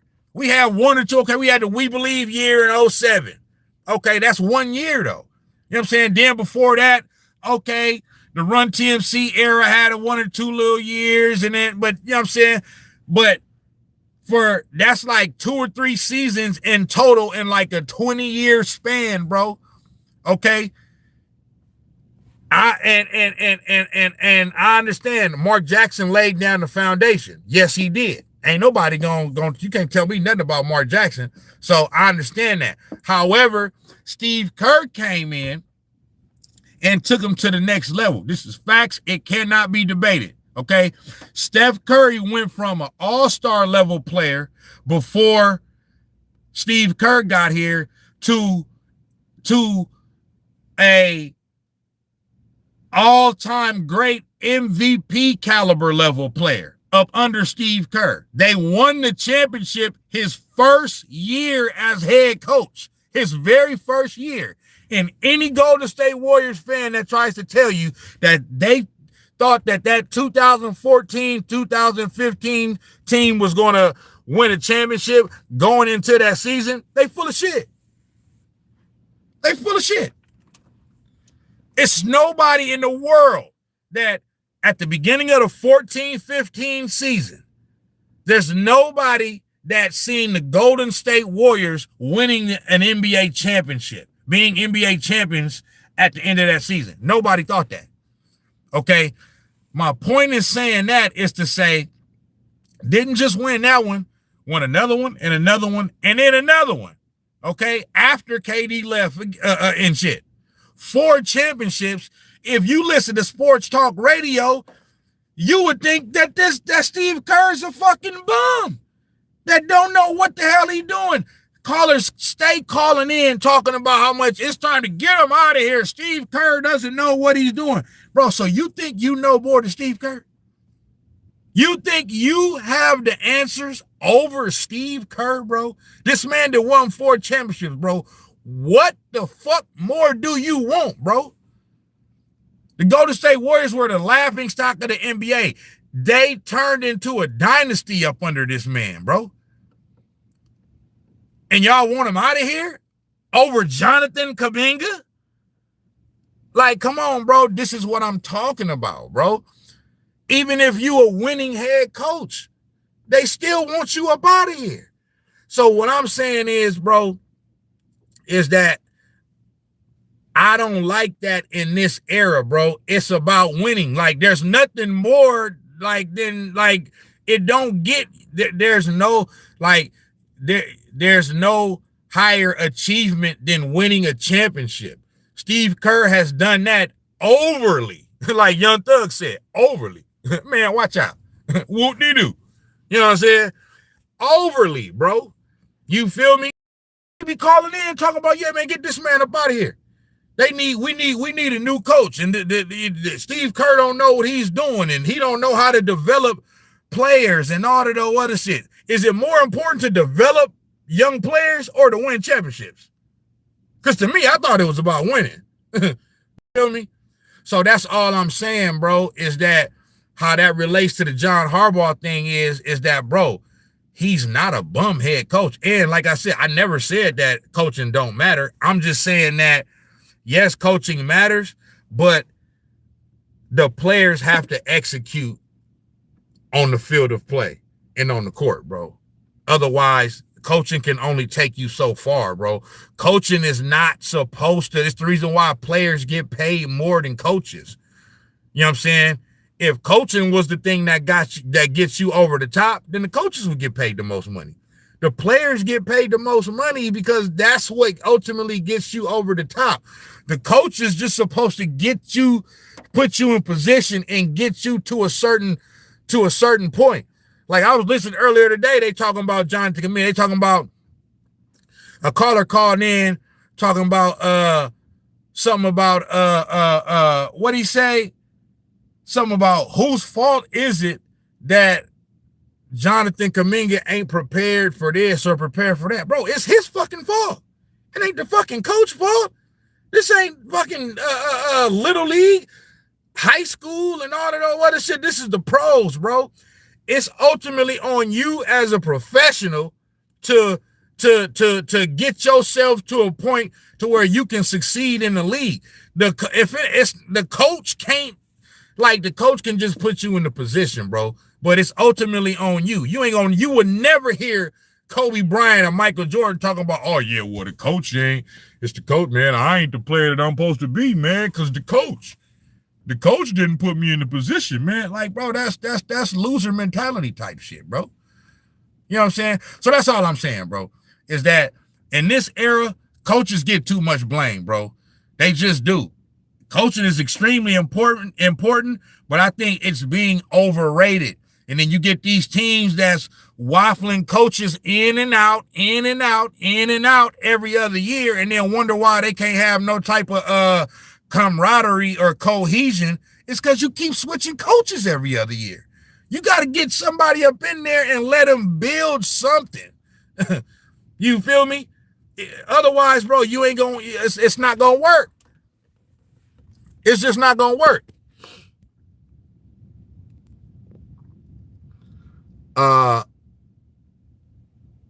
Chris say Kuminga been decent recently. I'm not saying Kuminga is a bump. Oh, what I'm saying is a lot of these fans is, and I'm talking about Warriors fans. A lot of these fans, bro, they have an overrated like they have an overinflated opinion on Jonathan Kuminga. Like, bro, his style of play is not, and then they see what they do is then they compare him to Podziemski. Man, he way better than Podziemski, man. How come Podziemski play more than him, or he's in the game in more clutch moments than Kuminga? It's because Podziemski's style of play is more conducive to winning for the team. Everybody can't score 25, 30 points a game, bruh. Okay? What Podziemski do is all of the things that, or some of the things that they want Kuminga to do. Rebound. It's no reason why Brandon Podziemski should be averaging more rebounds than Jonathan Kuminga. With how athletic Jonathan Kuminga is and how much bigger he is than Podziemski. Podziemski get like 7, 8 rebounds a game. Like it's nothing. The ball just be finding his ass. You feel me? So Podziemski rebounds. He take charges. You know what I'm saying? He's a playmaker to some degree. Okay, and he just do all the scrappy things, bro. All the hustle things that contribute to winning. When Jonathan Kuminga is in the game, all he want to do is get the ball, put his head down, and go score. The Warriors offense is based on ball movement, not somebody getting the ball and it's sticking. Nigga, you ain't Kevin Durant. The only player that they made concessions for in that regard was Kevin Durant, because it was Kevin Durant. Okay? And you give him the ball, most of the time it's going in the basket. So you can make a little adjustment for a player like that. Man, Jonathan Kuminga ain't that type of player. You feel me? You know what I'm saying? And that's the reason why a lot of the times when he, in some of the games when he have 25, 30 points a game, they still lose. You feel me? Because I know that he wants to win and he wants to help the team win. It's just that his style of play, bro, he's more of a, Jonathan Kuminga is more of a, I need to get mine kind of player. You know what I'm saying? Brandon Podziemski is more of a, I'm going to do whatever the team is asking me to do kind of player. You feel me? And it's the reason why all of his stats, like the plus minus and all that shit, his shit is way better than Jonathan Kuminga's. You know what I'm saying? So that's all I'm saying, bro. You know what I'm saying? And the reason why I'm saying that, because it goes back to the coaching. Steve Kerr recognizes this. Like, okay, I'm going to put Podziemski out there because I know when I put him out there, he going to do all the scrappy shit and he going to make sure he pass the ball to Steph Curry. You know what I'm saying? And let him do his thing. Kuminga want to get out there and get the ball and put his head down and go score. Damn, Steph Curry, I need to get mine. I'm the next Kobe, nigga. You feel me? So that's the reason why, bro. Steve Kerr know what he doing. You know what I'm saying? Like, you don't just stumble on 4 championships as a head coach, bro, and all of a sudden you don't know what the hell you talking about. So I'm talking about for all of the fans that want to sacrifice Steve Kerr for the sake of Jonathan Kuminga, you don't know what you're talking about, bro. And I'm telling you, once Steve Kerr is gone, y'all gonna wish and hope that the nigga was still here. Facts.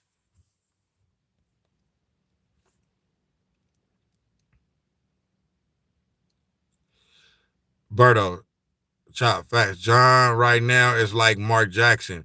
Change him, get a Kerr, we win multiple rings. That's not true, bro. That's not true. It don't work like that. It don't work like that, bro.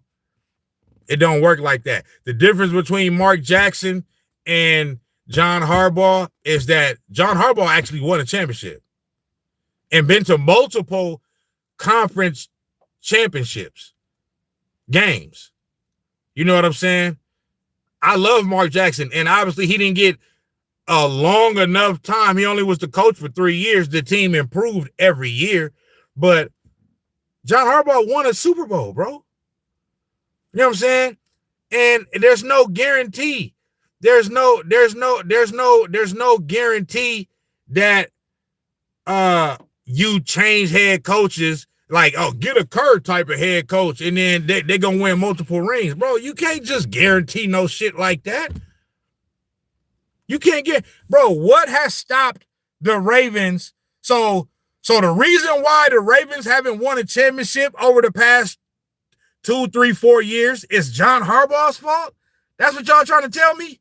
It's more John Harbaugh's fault than Lamar Jackson? That's what y'all trying to tell me right now. And Mark took that young team to the playoffs. Dude, John Harbaugh won a Super Bowl. He won the championship. He won it all. What are we talking about, bro? He has a ring. Chop said, man, he won that ring in an era where you could play defense. So now we want to make excuses for why. Bro, if you win a championship, bro, you win a championship, bro. Ain't no like the only excuses is LeBron James championships. Them is the only championships where you could be like, oh, well, they won it in the bubble, so this and that and blah, blah, blah, blah, blah. Outside of that, bro, when you win a championship, you won, bro. Like, ain't no, oh, well, they only won because, bro, you can say that about every team that win a championship, bro. Ain't no they only won because. You know what I'm saying? Nigga, they won it. They won it all. You feel me? I'm telling y'all right now. So, okay. All right, so let me ask y'all this. Since y'all want John Harbaugh up out of there, okay, who you going to replace him with? Who's the Steve Kerr kind of coach that you're going to replace him with? And even at that, it's not going to be the same type of situation. Like I said, why? Because before Steve Kerr, the Warriors never won nothing. With John Harbaugh, the Ravens have actually won a championship, bro. You know what I'm saying? And then they've been back to the conference championship since then. You know what I'm saying? They haven't been back to the Super Bowl, but they've been back to a conference championship game. Okay? So who y'all gonna replace John Harbaugh with? Who gonna be the coach to get him over the top? Chop say Dion. Bro, see that right there? I'm not saying Dion won't be successful, bro, but what? Like why? Why Dion? What evidence do we have that Deion Sanders is going to be able to win a Super Bowl with the Baltimore Ravens? He's struggling with Colorado right now. Rob said if John Harbaugh doesn't make a deep playoff run, he's gone next year. Maybe. It may be that his time, like I said, if it may be that his time has just run out. He has been there a long time. He's been there for 18 years. It don't seem like that long, but it has been that long. So I'm not mad. My thing is like this, bro. I'm not, if they want to make a move at head coach, I'm cool with that, bro. What the part where I disagree with is saying that they need to make a move because of like it's like somehow him being there as a head coach is hindering Lamar Jackson to some degree. When it don't hinder him in the regular season. He's winning MVPs. He's in the MVP conversation every year. So it don't hinder Lamar Jackson in the regular season.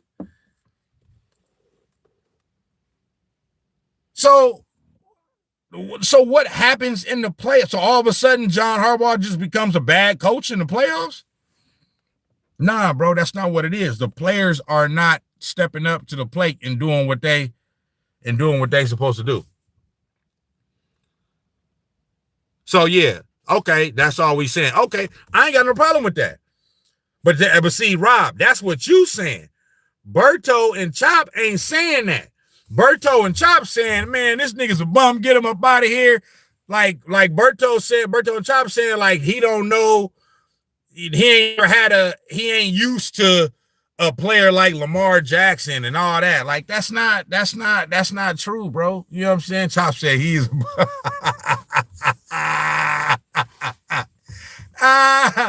hey, I don't know what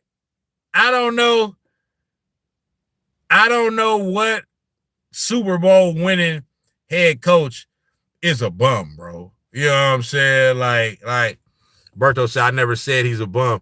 I said he don't call plays, so he ain't beneficial, not in today's game. So if he don't call plays, how is he to blame? Shouldn't you blame the offensive coordinator? Like, it's other people that are to blame before John Harbaugh. The players, for one, the offensive coordinator, the general manager. You got to blame those three entities first before you can get to John Harbaugh. You know what I'm saying? John Harbaugh is just the face. You know what I'm saying? He's just the one that like I said, the head coach, so he gonna get the blame. You know what I'm saying? But the players are out there not getting the job done. The GM ain't putting a good defense together, and the offensive coordinator, obviously, according to y'all, ain't calling the right plays. You know what I'm saying? But in the regular season, though, when Lamar Jackson winning all them MVPs, he winning, you understand me? All the right plays is getting called. But all of a sudden, when we get to prime time, when he run up against that man in Kansas City, you understand me? Or that other man up in Buffalo, all of a sudden, you know what I'm saying? He forgot, you know what I'm saying? He ain't the MVP no more, all of a sudden. You know what I'm saying? So, I you know,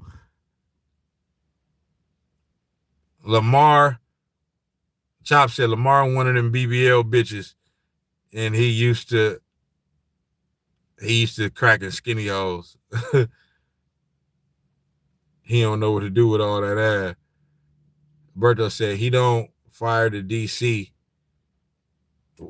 What the fuck you mean? I mean, that's kind of similar though. You know what I'm saying? But now John Harbaugh has done that though. He has fired offensive coordinators and defensive coordinators before. He's done it before now. I'm not saying he do it all the time, but he has fired a defensive coordinator before. The defense trash. He's letting the DC rock. What you mean? If the DC losing me games and my job on the line, the DC got to go. I agree with that. You know what I'm saying? But I think I agree with that. But I think the reason why that hasn't happened because they more looking at it like our quarterback ain't here right now. You know what I'm saying? So that's the reason why they look so bad is because Lamar Jackson ain't there to play. You feel me? The defense is fine. We have injuries. That's the DC. Oh, okay, yeah, y'all do got injuries. The defense is fine. We have injuries. That is the DC. That's the DC. Don't put us in the position to win. As a DC coaching the defense, it's John. Hey, do what y'all do, man. Y'all wanna if he gotta go or not. Y'all wanna rid yourselves of John Harbaugh? Have at it, man. All I know is I know that good coaches don't grow on trees. And nobody still has told me. I've heard one name, Dion. Okay. So that's who y'all. So that's y'all go. Y'all so Dion gonna fix all the problems. Dion just gonna come in there and fix it. That's who y'all want. Y'all want Deion Sanders? Berto says Steve Spagnuolo. Okay. Okay. Steve Spagnuolo. All right. All right. Hey, man, y'all know better than me, man. I'm just saying, bro. To me, when I see a coach that didn't won some shit, you know what I'm saying? To me, that kind of tell me he know what the fuck he doing. You understand me? He was already able to win one before. I know y'all want to throw, misnomers in there. Oh, well, it was that era, and it was in the era where you could play defense and this and that, bro. It is what it is. But like I said, y'all want him up out of there? Okay, get him up out of there. Okay, let me play this clip real quick. You know what I'm saying? I'm gonna go to the next game. Let me see. Let me play this real quick, and I'm gonna get off that. You know what I'm saying? Or pay expensive upfront legal fees. Y'all want that man up out of there, man. You understand me? Yeah. You understand? For John Harbaugh, I played for him for 3 years. At the end of my career, I think he's one of the finest head coaches in the National Football League. ESPN gonna clip me for this. They're gonna tell me, oh, you can't monetize this video. I don't give a damn. Psychologically, how much am I leaning into Lamar coming back?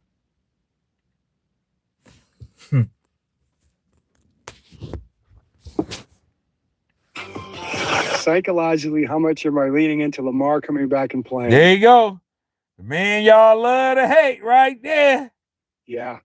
I'd have to, if I was on the couch with a psychiatrist right now, if I was spilling it, I would have to say I'm leaning really hard into that. Really hard. Yeah. For any kind of psychological well-being, spiritual well-being, I'm leaning hard on that happening. So I'm very hopeful that happens. Again, with an obvious statement from the head coach. Obviously, his entire offense is based on one person. And so his one person is going to finally come back from injury after they've looked horrific. But it wasn't just a Lamar Jackson thing when all this went down with the Ravens. They only have one win on the season. We've talked about how bad their defense has been. Hey, Chop said, if we had our job 18 years and only good one, are we good? I mean, that's a regular, that's a regular occasion right there for most people at their job. Most people ain't good at their job, not even 1 year, and they ass still there. So, you know what I'm saying? I don't know if that's a good example right there, big dog. And so now we go to the head coach. Has all this been a problem with John Harbaugh? Yeah, I think it's time with John Harbaugh. And I have full respect for John Harbaugh. I played for him for 3 years. At the end of my career, I think he's one of the finest head coaches in the National Football League. But that doesn't mean that things haven't run their course in Baltimore. You have a future Hall of Fame quarterback in Lamar Jackson in the heart of his prime. The objective should be every single season to win a championship. And it should be inexcusable the fact that John Harbaugh, over the last decade, has only 3 playoff wins. So does John Harbaugh only have 3 playoff wins, or does the Ravens only have 3 playoff wins? Why is it all on John Harbaugh? That's what I don't understand. At no point during that span has he won multiple playoff. And then, like I said, the part I don't like is he's talking about you have a future Hall of Fame quarterback. Why don't he play like a future Hall of Fame quarterback in the big games like Jalen Hurts do? That's all I want to know. If he's such a future Hall of Fame quarterback, which he is, a bona fide first ballot future Hall of Fame quarterback, why he don't play like that in the big moments? Okay, I'm finna pull up Lamar Jackson stats in the playoffs. We finna get to this. Same postseason. How long are you supposed to wait around for John Harbaugh to figure it out with Lamar Jackson? Because right now, at 1-5, their season is over. Yeah. They have a 1% chance at being able to make the postseason. Since the beginning of the NFL, there have only been 4 teams to start 1-5 and make the postseason. And none of them won playoff games, the ones that did get into the tournament. So Berto said Jalen don't do shit. He's a game manager. Bro, have you seen Jalen Hurts play in the playoffs, bro? He's the Super Bowl MVP, big dog. He just won a Super Bowl MVP. When they played in the Super Bowl 3 years ago against the Kansas City Chiefs and barely lost, he outplayed Patrick Mahomes in that game. Jalen Hurts don't got pedestrian numbers in them Super Bowls. He don't, bro. He got big boy numbers in them. Go check the stats, brother. It's right there. All you got to do is look it up. if you're looking at the Baltimore Ravens, it feels like a lost season already in week 6. And if that's the case, if this team doesn't have a dramatic turnaround, then you have to start asking the tough question of whether. Okay, Berto say the defense was the real MVP. All right, do you have? Will you say the same thing about Tom Brady? Will you say the same thing about Tom Brady? Okay, because even in his last Super Bowl, when they beat the Chiefs in the 2020 season, the Tampa Bay Buccaneers, okay, they was all over Patrick Mahomes. They was on that boy like white on rice, okay? Like flies on shit. They was on him. So we have to have the same. If you gonna say that about Jalen Hurts, you got to say that about some of the all-time great quarterbacks too. That their defenses performed well in Super Bowls too. But guess what? We still give all the credit to the quarterback. You know what I'm saying? Whether or not the Baltimore Ravens could benefit from a different voice on the sideline. It would have to be a drastic turnaround, right? Like they'd really have to go the other direction and basically run the table. Drew Brees, do you agree with Chris Canty? Maybe it is time to move on with the head coach. And Berto, you say the first 3 Super Bowls, yes, Tom got saved. I'm not even saying that Tom got saved. All I'm saying is I'm replying to what you saying about the Eagles defense, you know what I mean, was the real MVP and all that versus Jalen Hurts, having playing well. So I'm not bro. The thing about across all sports, bro, when you win a championship, we can even go to the NBA. It's obviously there's always exceptions. Most of the time, though, the team that wins a championship, most of the time they have a top 5 to 10 defense in the league. People look at the Warriors like, oh, Steph Curry. Obviously, yes. Steph Curry's one of the greatest players of all time. It's my favorite player, okay? But go back and look at the defensive rankings for all of those championships, especially the first 3. The Warriors, and especially the ones with KD, the Warriors' defenses were ranked top 5 every year. So it's very rare to have a team win a championship and they don't have a good defense.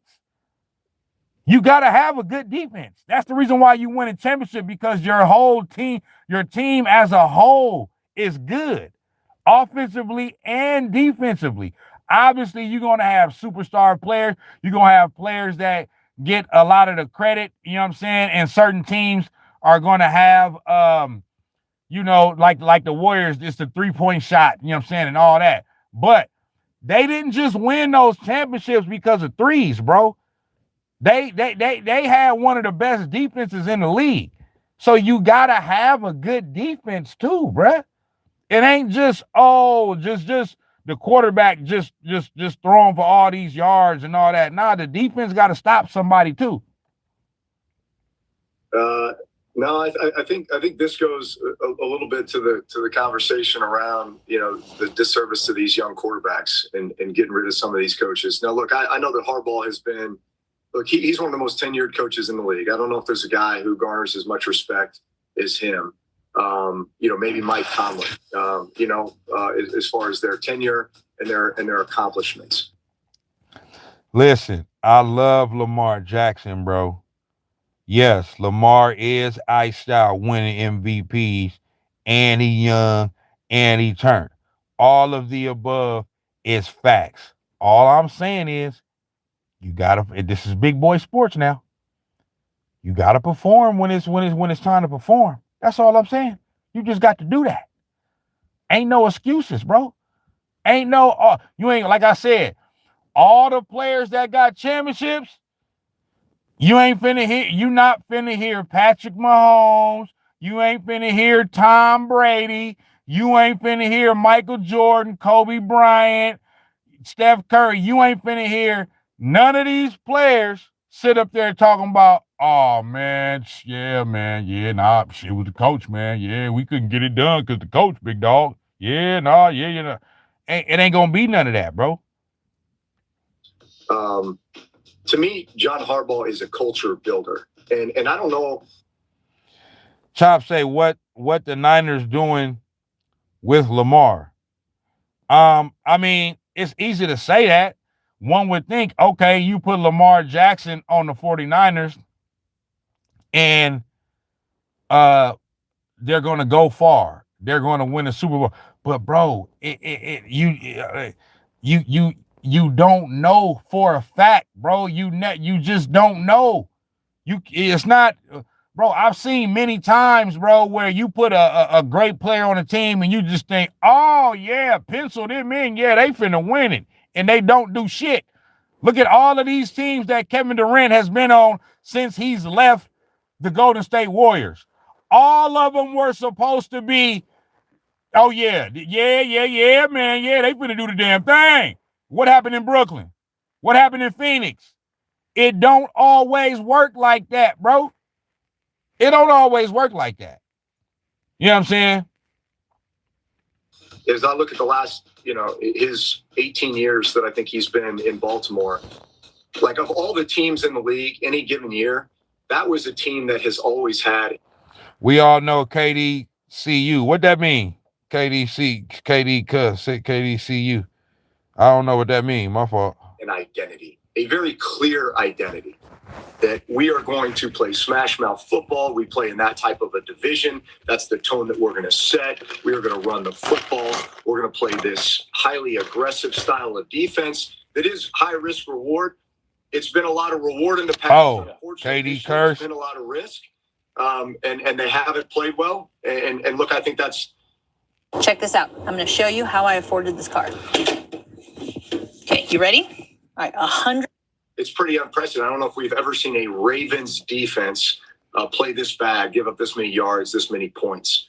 But at the same time, I think the real problem they have is that whenever Lamar Jackson gets hurt, they have a hard time winning football games. Facts. You know, this offense is so geared around his skill set. What he does with his own legs, but how just the threat of him back there opens up the run game for others. You know, I just looked at his past statistics. Like he is as efficient right now as maybe he's ever been. So you got to either keep him healthy or you have to find somebody who could come in and win you some games when he's not. Facts. He's not getting any younger. I was no chance I'm getting rid of John Harbaugh. No, not even thinking about it. Let me say it this way. When you think about now, Mark Schlereth getting ready to talk like a nigga that got some sense. And I appreciate what you said about the Super Bowls and that kind of thing. And then this goes with Harbaugh, this goes with Tomlin. But I was part of a team. Drew was a part of a team, right, with Hall of Fame quarterbacks where we went to 2 Super Bowls, we won 1, we lose 1. He goes, and people are like, oh. Berto, I disagree. Lamar did lose your game last week. You know why? Because he wasn't there.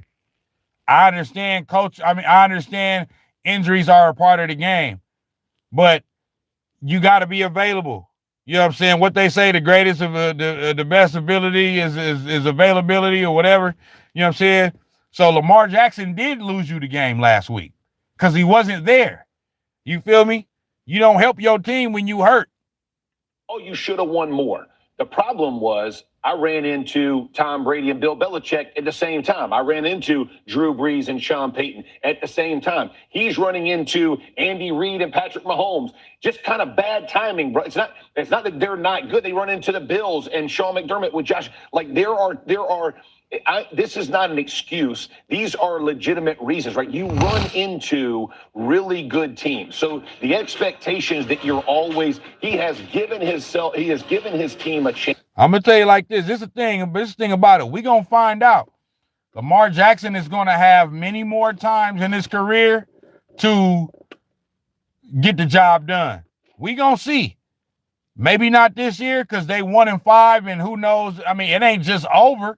You know what I'm saying? If he can get back and they could go on some type of little winning streak, they may be able to squeak into the playoffs. Who knows? It don't look good for that, but you never know. But we gonna find out. We will revisit this in the near future. Chance to win almost every year. Last year, same thing, right? You go, you play the Bills, frozen game, all that kind of thing. You turn it over. I get it, but you have a chance, Canty. Like, you go and blow this thing up. I get this year, and this year might be a wash. Maybe they don't make the playoffs. It's a bummer. It's a bad year. It's whatever. Mm-hmm. But he has shown you year in and year out, he is going to put his team in a position to win. From a coaching perspective, if I'm a fan, that's what I want. Give me a chance. Give me a puncher's chance. Don't let me be. And the Ravens have given you a chance for dang near 18 years. I don't think you just forget. And to your point, you got a bump in the road. This is a bad year. Maybe you got to make a change at defense. I don't know, but figure that thing out. But man, don't get rid of a guy who's brought so much stability and so much winning to an organization. Wow. I get you, Jeff. And I'm not going to say I disagree with you because I would be highly reluctant to get rid of John Harbaugh. But I do think there comes a moment in time where you got to look yourself in the mirror. You got the worst scoring defense in the league. How'd that happen? This is the Ravens we're talking about. Agree, yeah. You understand? Bro, Berto, you talking about one game. Lamar scored 40, we lose by 1. It's Lamar's fault, not John, not the defense, but Lamar's. Bro, you talking about one game. Well, what about the games where you don't score 40? What about the games where you've been scoring 30, 40 points the whole year, but all of a sudden you get to the playoffs and you scoring 13, 14. Okay? Let me see. Watch this. Lamar Jackson playoff stats. Let's go to playoff record first. Okay. Okay. Let's start from when he's been winning MVPs, which is his second year. Let me see. Hold on. So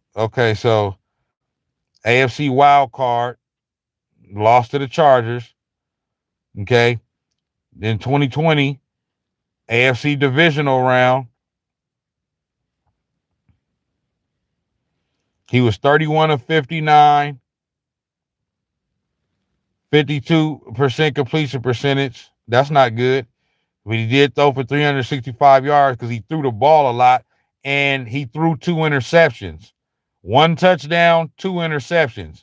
So he didn't play well. Even though he threw for a whole bunch of yards, he didn't play well. Then AFC wildcard game versus Tennessee. Okay. They won that. I think they won this game.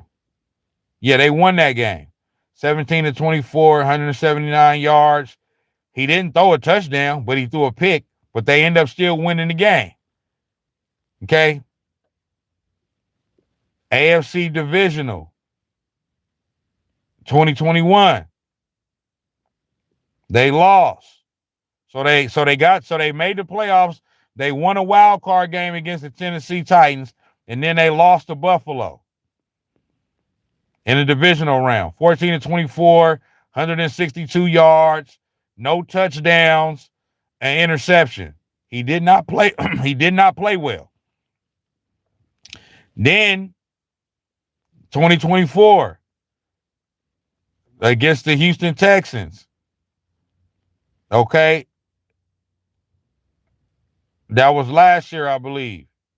They beat the Houston Texans. Okay. Yeah, I guess, okay, he played well that one game. So out of all of these games, that's the first time he actually played well in the playoffs. 1, 2, 3, 4, 5. His 5th playoff game is when he finally played well. Okay. Then they go to the AFC Championship game against KC, against that monster. He does not play well. 54% completion percentage, 272 yards passing. You know, a lot of those came at the end of the game when they was trying to catch up. Okay, a touchdown, an interception. AFC wild card last year. They beat Pittsburgh. Then they played against Buffalo. They lost. Okay.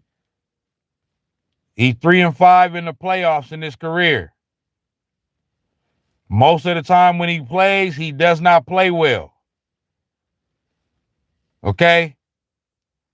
So my question is, how is it John Harbaugh's fault? I mean, how is it John Harbaugh's fault? That's what I'm saying.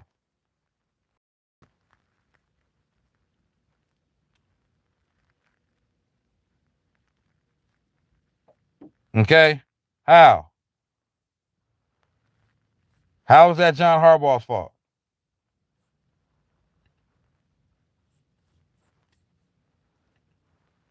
Let me see.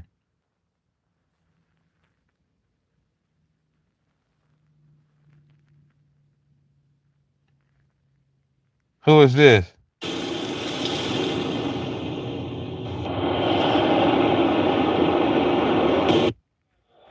The Baltimore Ravens select Lamar Jackson.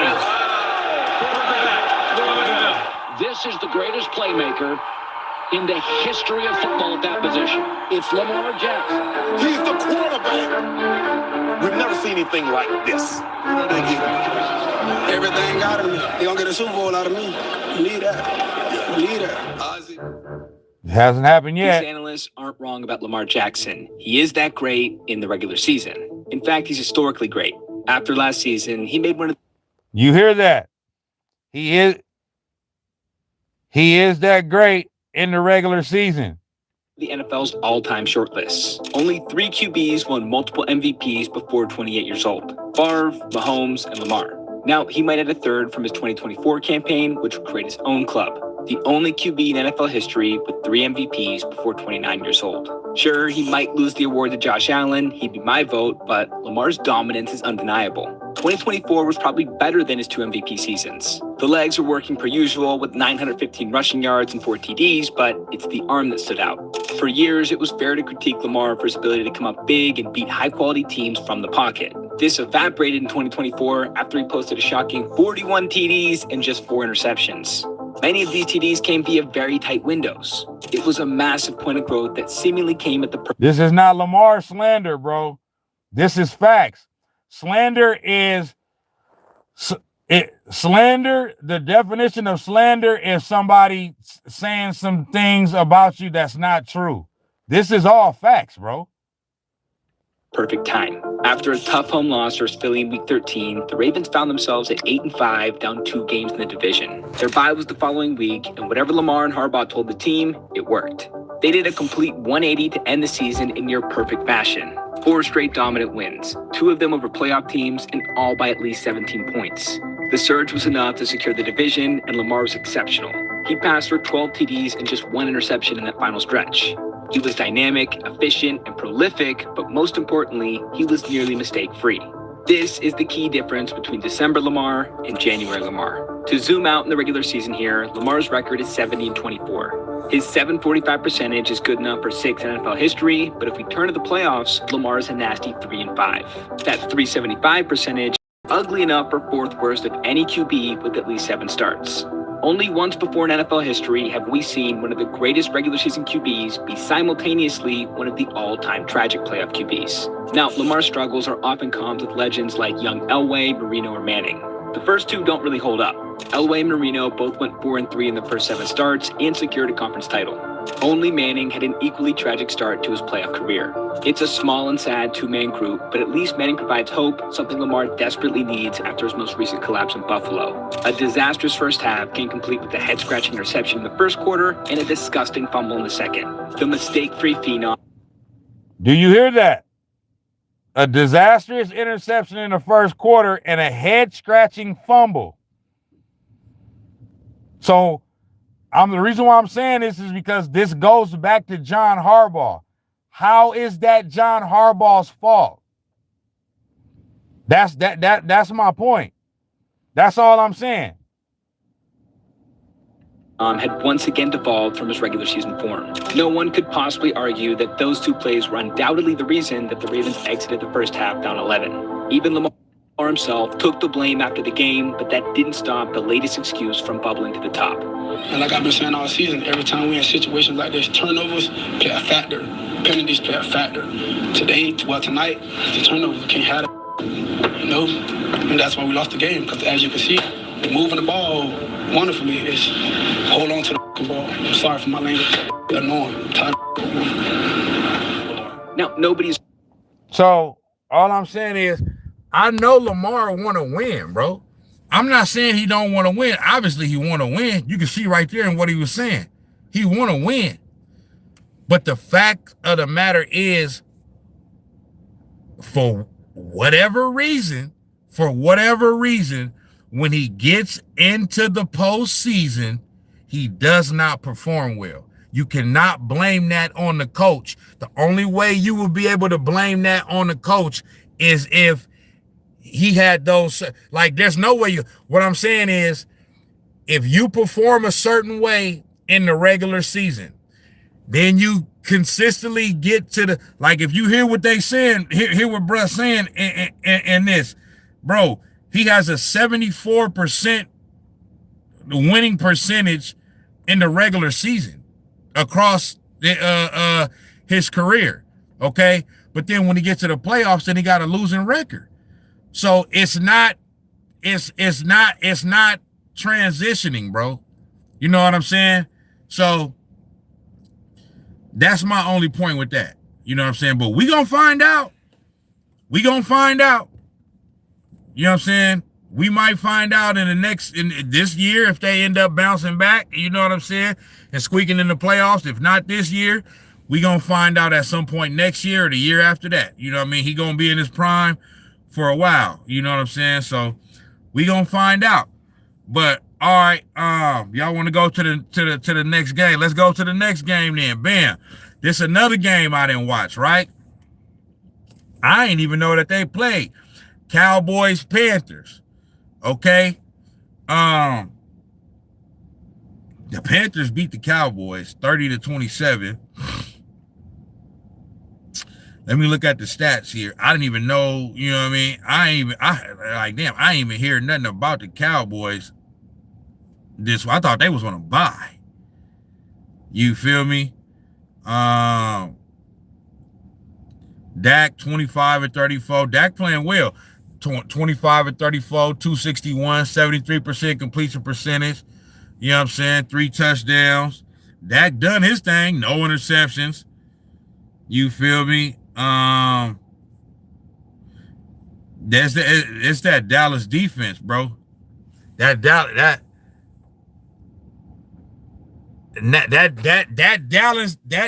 defense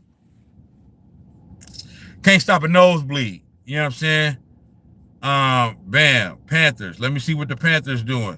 Bryce Young, 17, 25, 199 yards, 68% completion percentage, 3 touchdowns, interception. He played well. Oh, but they ran the ball.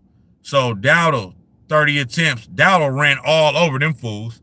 30 attempts, 183 yards.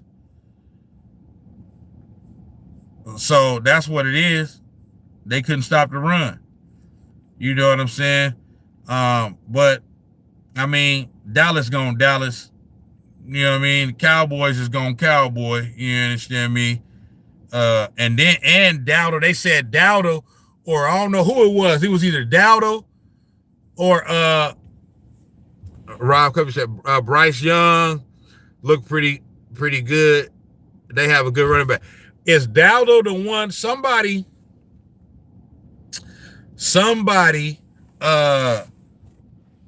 was talking shit going into the game and ended up backing it up. You feel me?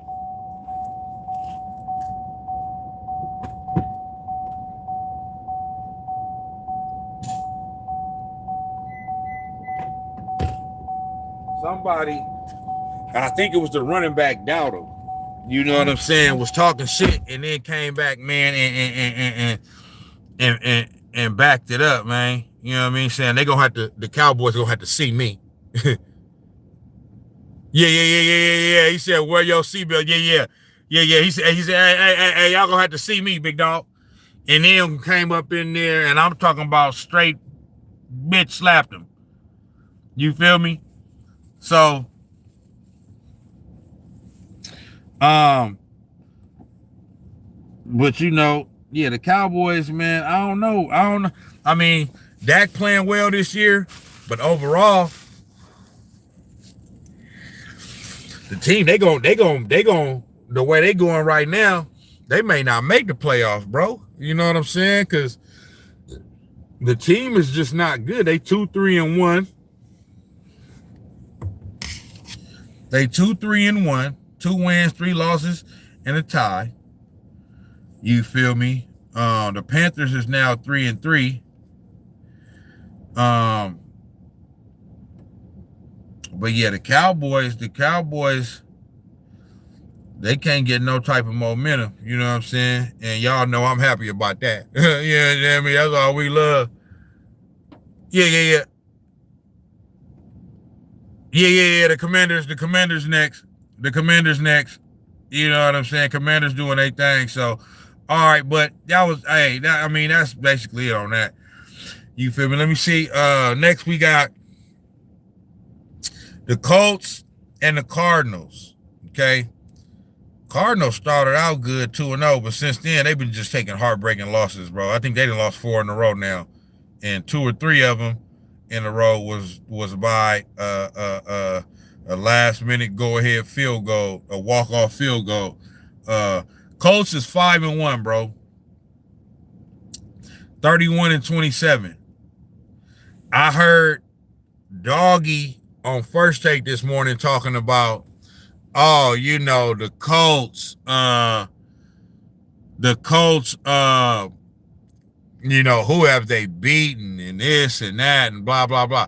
It's like, bro, you can't say that about the Colts, bro. Like, he talking about, oh, well, they only beat this, they beat the Raiders and they beat, naming bad teams that they beat. It's like, bro, you can't say that about the Colts because the Colts came into the season supposed to be one of those bad teams.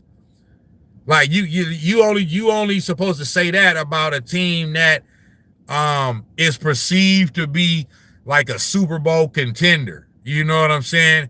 And that's supposed to make a deep run into the playoffs, but they beating up on bad teams. And even then, you still can't really say that because, I mean, you got to play what your schedule is. You know what I'm saying? You playing other NFL teams, other professionals, they getting paid too.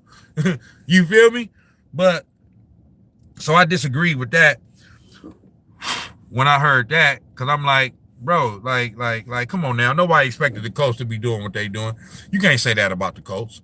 You know what I'm saying? The fact that they 5-1, that's a shock. That's a shocker. And the fact that because it's especially a shocker because of who their quarterback is. You know what I'm saying? Their quarterback is Daniel Jones, bro. Like, everybody thought he was straight ass, man. Butt cheeks, man. You know what I'm talking about? So, you feel me? The coaches are, they've blown expectations out of the water, bro. So, you got to give the coach credit. Let me look at the stats. Oh, yeah, Brody didn't play. Kyler Murray didn't play. Jacoby Brissett played. You feel me? Jacoby Brissett,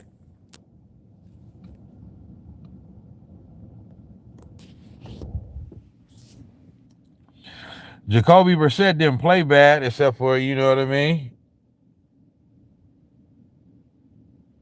Oh, my fault. I thought he had 1 touchdown and 2 interceptions, but he had 2 touchdowns and 1 interception. So he didn't play bad. Y'all see what happened to Ward pregame and Anthony Richardson? Is them the ones that they got hurt in the pregame? Doing some other shit? Ward got knocked out warming up, ran into his own player, and Richardson broke a bone in his face using the warm-up bands. Yeah. I heard about that. I don't know what's going on with that.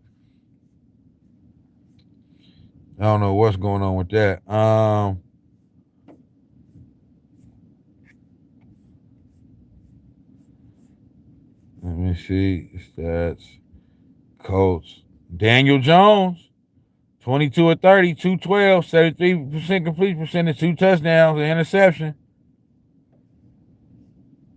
Jonathan Taylor, bro. Like, Jonathan Taylor is like, the coach is playing. Their quarterback and their running back are playing well every game. This is why they're winning. Because every game, Jonathan Taylor is running crazy, and every game, Daniel Jones is throwing crazy. Like, this is ridiculous what they doing.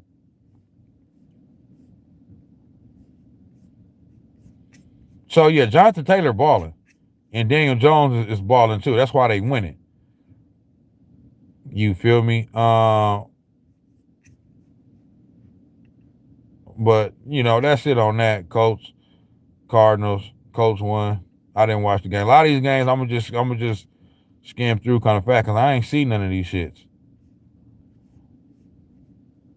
You know what I mean? I just caught the highlights after the fact. Seahawks beat the Jags. You know, both teams is 4-2 now. Seahawks won the game by a score of 20-12.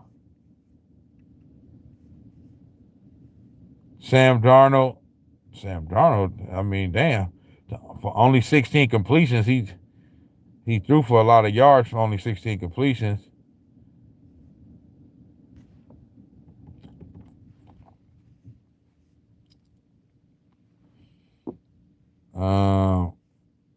Yeah, bro right here balled out.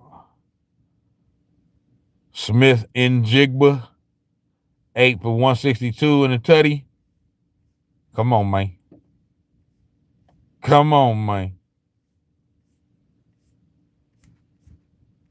You feel me? What the Jags do? Let me see why they lost. Trevor Lawrence did his thing. Travis Etienne. Yeah, they didn't run it well.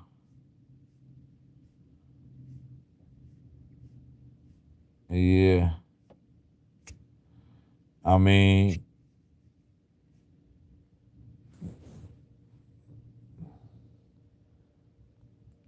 the Jags was up 6-0 after the first.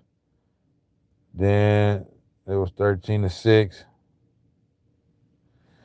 The defensive stats for the Seahawks.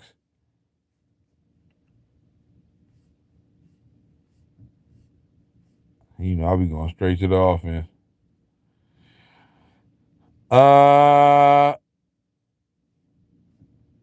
They didn't have no interceptions.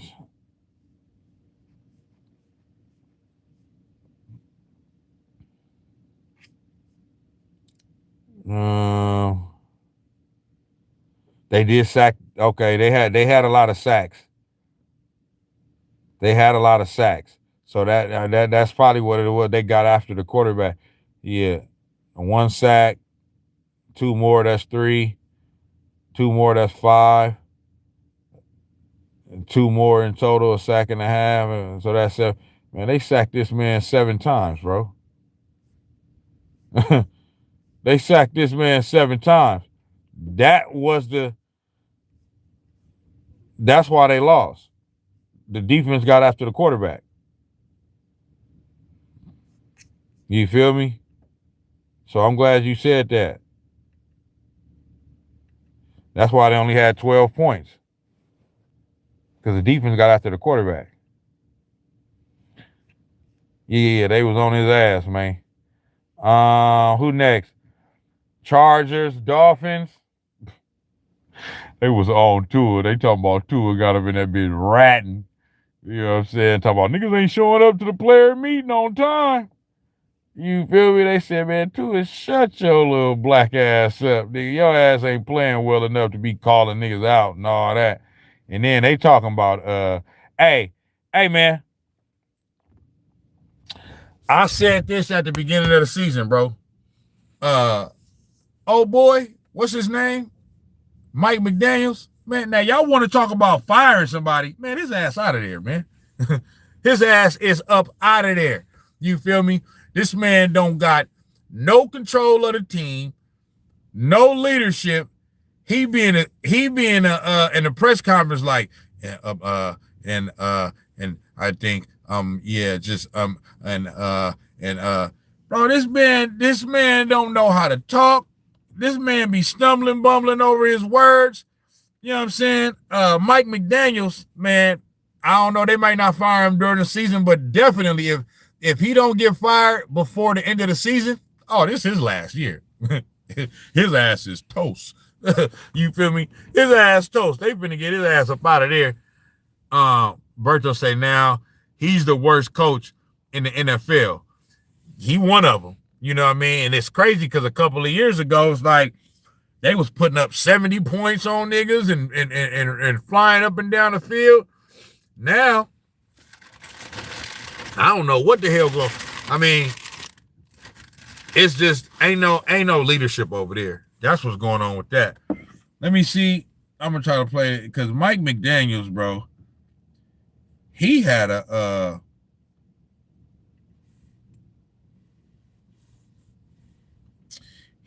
press conference, bro, where I never heard a coach in my life talk like this. This man said, man, this nigga sound like my 3-year-old son. I'm like, what the hell? What the hell?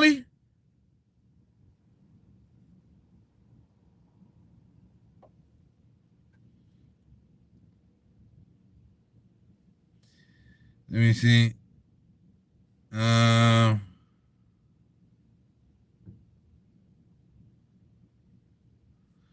Mike McDaniel press conference stutter.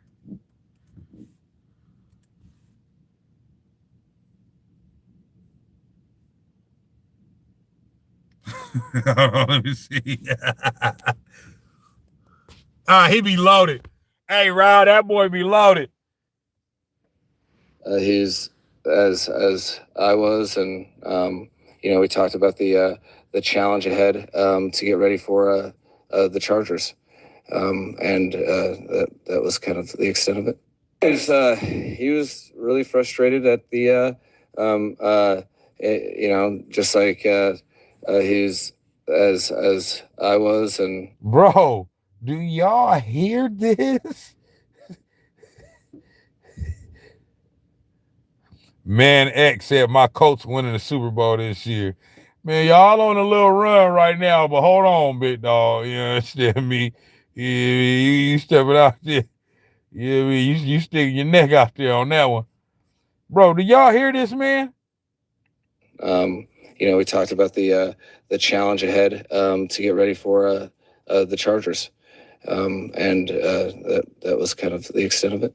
He was really frustrated at the You know, just like he's as I was, and you know, we talked about the challenge ahead to get ready for the Chargers, and X he X off that good side. Sion, I know what you guys are thinking. I'm bigger in person. You're right. This is a bigger room. I can get used to this. Yeah, so Mike McDaniels,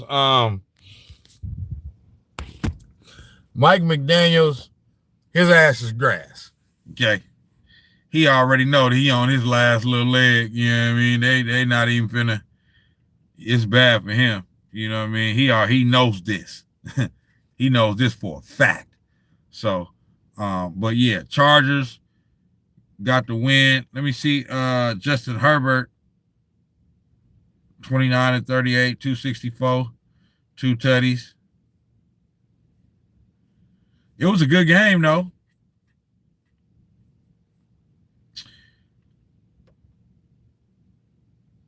Tua, man. I mean, Tua, you got some nerve.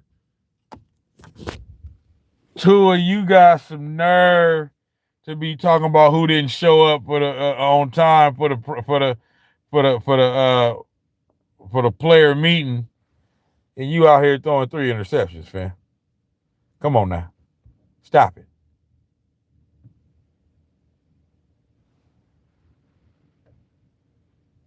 Yeah. Now he should have. Nah, you right. You right. He should have never been. He should have never been the coach. I was shocked when they hired him. But see, that's the thing. That's what's going on. See, these leagues be copycat leagues.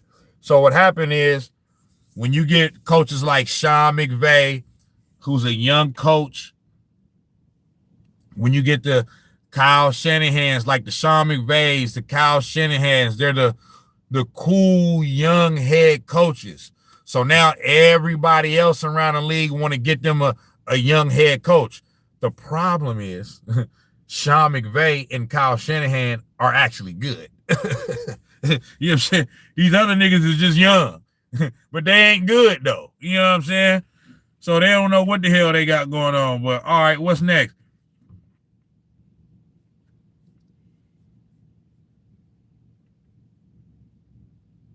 What's next? We got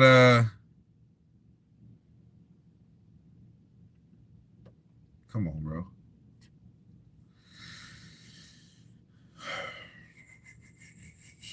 Steelers, Browns. Steelers won the game 23-9. Browns, they ain't got nothing going on. Great defense, but they ain't got no offense. They ain't got no quarterback. You feel me? I ain't gonna say they ain't got no quarterback. They got young quarterbacks. You feel me?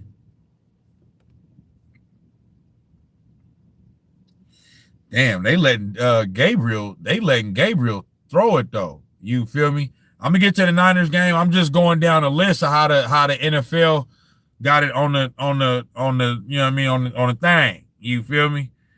I'm just going down the list. Gabriel threw it 52 times. I mean, they letting that man throw it. Yeah. The passing attempts right here.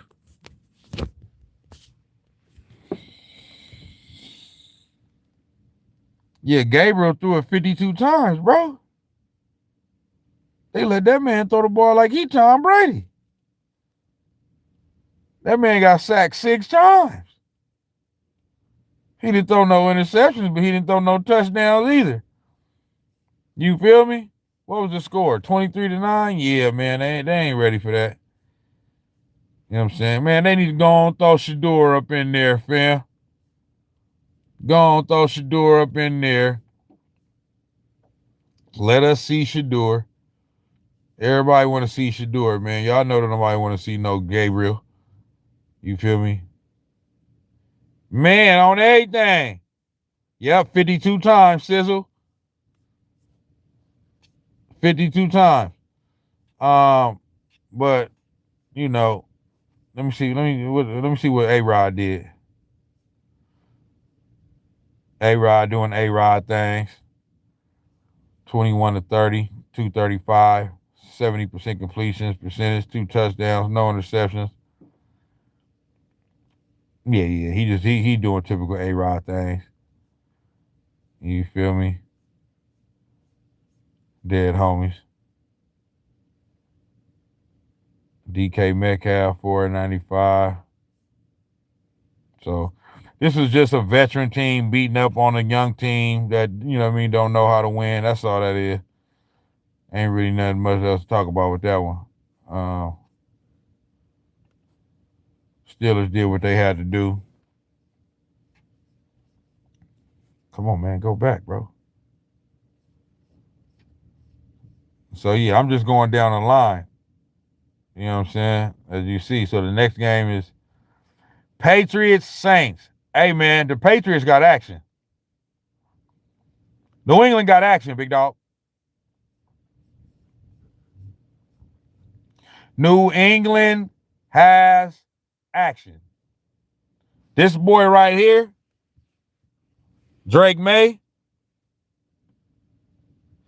Chop said how I got Wi-Fi in the car because I'm over here in the area that got I got Xfinity Wi-Fi, so I'm able to tap into their little internet over here. It's hotspot, yep. Hotspot. You feel me? This boy right here, Drake May. This boy is turning out to be the truth. Okay? He just is. Now, before the season started, I picked Mike Vrabel to be the coach of the year. I said Mike Vrabel gonna be the coach of the year. Straight up. And so they keep going like this. He's definitely gonna prove me right with that. But Drake May, it looked like they done found a little something with him. 18 and 26, 261, 69% completion percentage, 3 touchdowns, no interceptions, only was sacked 1 time. You feel me? And then he be running it too. He only ran for 28 yards, but he fumbled it once. You know what I'm saying? So, but New England got action.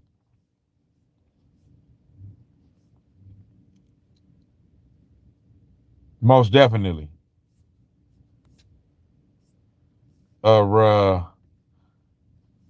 Saints, Spencer Rattler. These niggas be having some names, boy. That boy name is Rattler. Yeah, the Saints is doo-doo.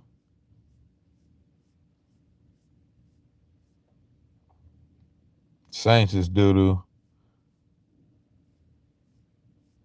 Oh, yeah, Diggs. I keep forgetting Diggs is over there with the Patriots. Yep. Diggs doing this thing. Yeah, they 4-2 now. They got action. And the crazy thing about it is everybody looking at it like Buffalo gonna run away with that division. The Patriots said, That Cardi B put that Cardi B.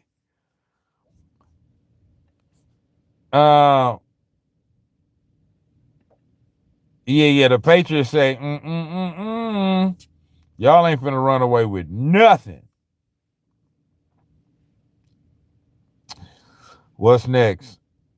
Titans, Raiders. The Raiders won? Damn. Them niggas don't never win. Tennessee, y'all got to be trash, man, if y'all let the Raiders win. The Raiders be losing all the time.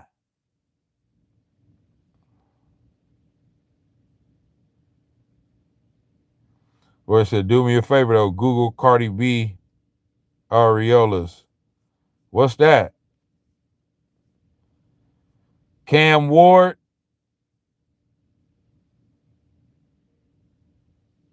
Cam Ward is areolas.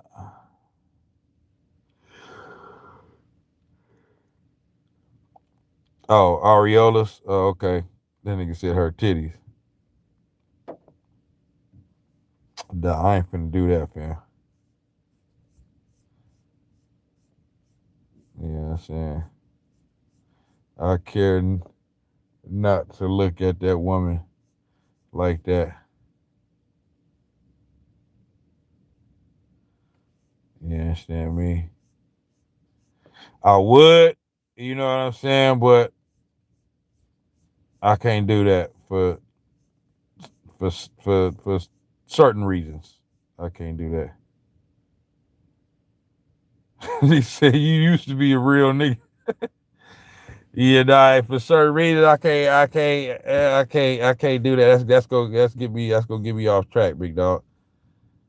You feel me? But hey man, Cam Ward, you know, I mean, he cool. I mean, the Titans is not a good team, so you can't really judge them, but you know what I'm saying? I would like to see. Oh nah, you good, Chop. Ain't no big deal, bro. You good.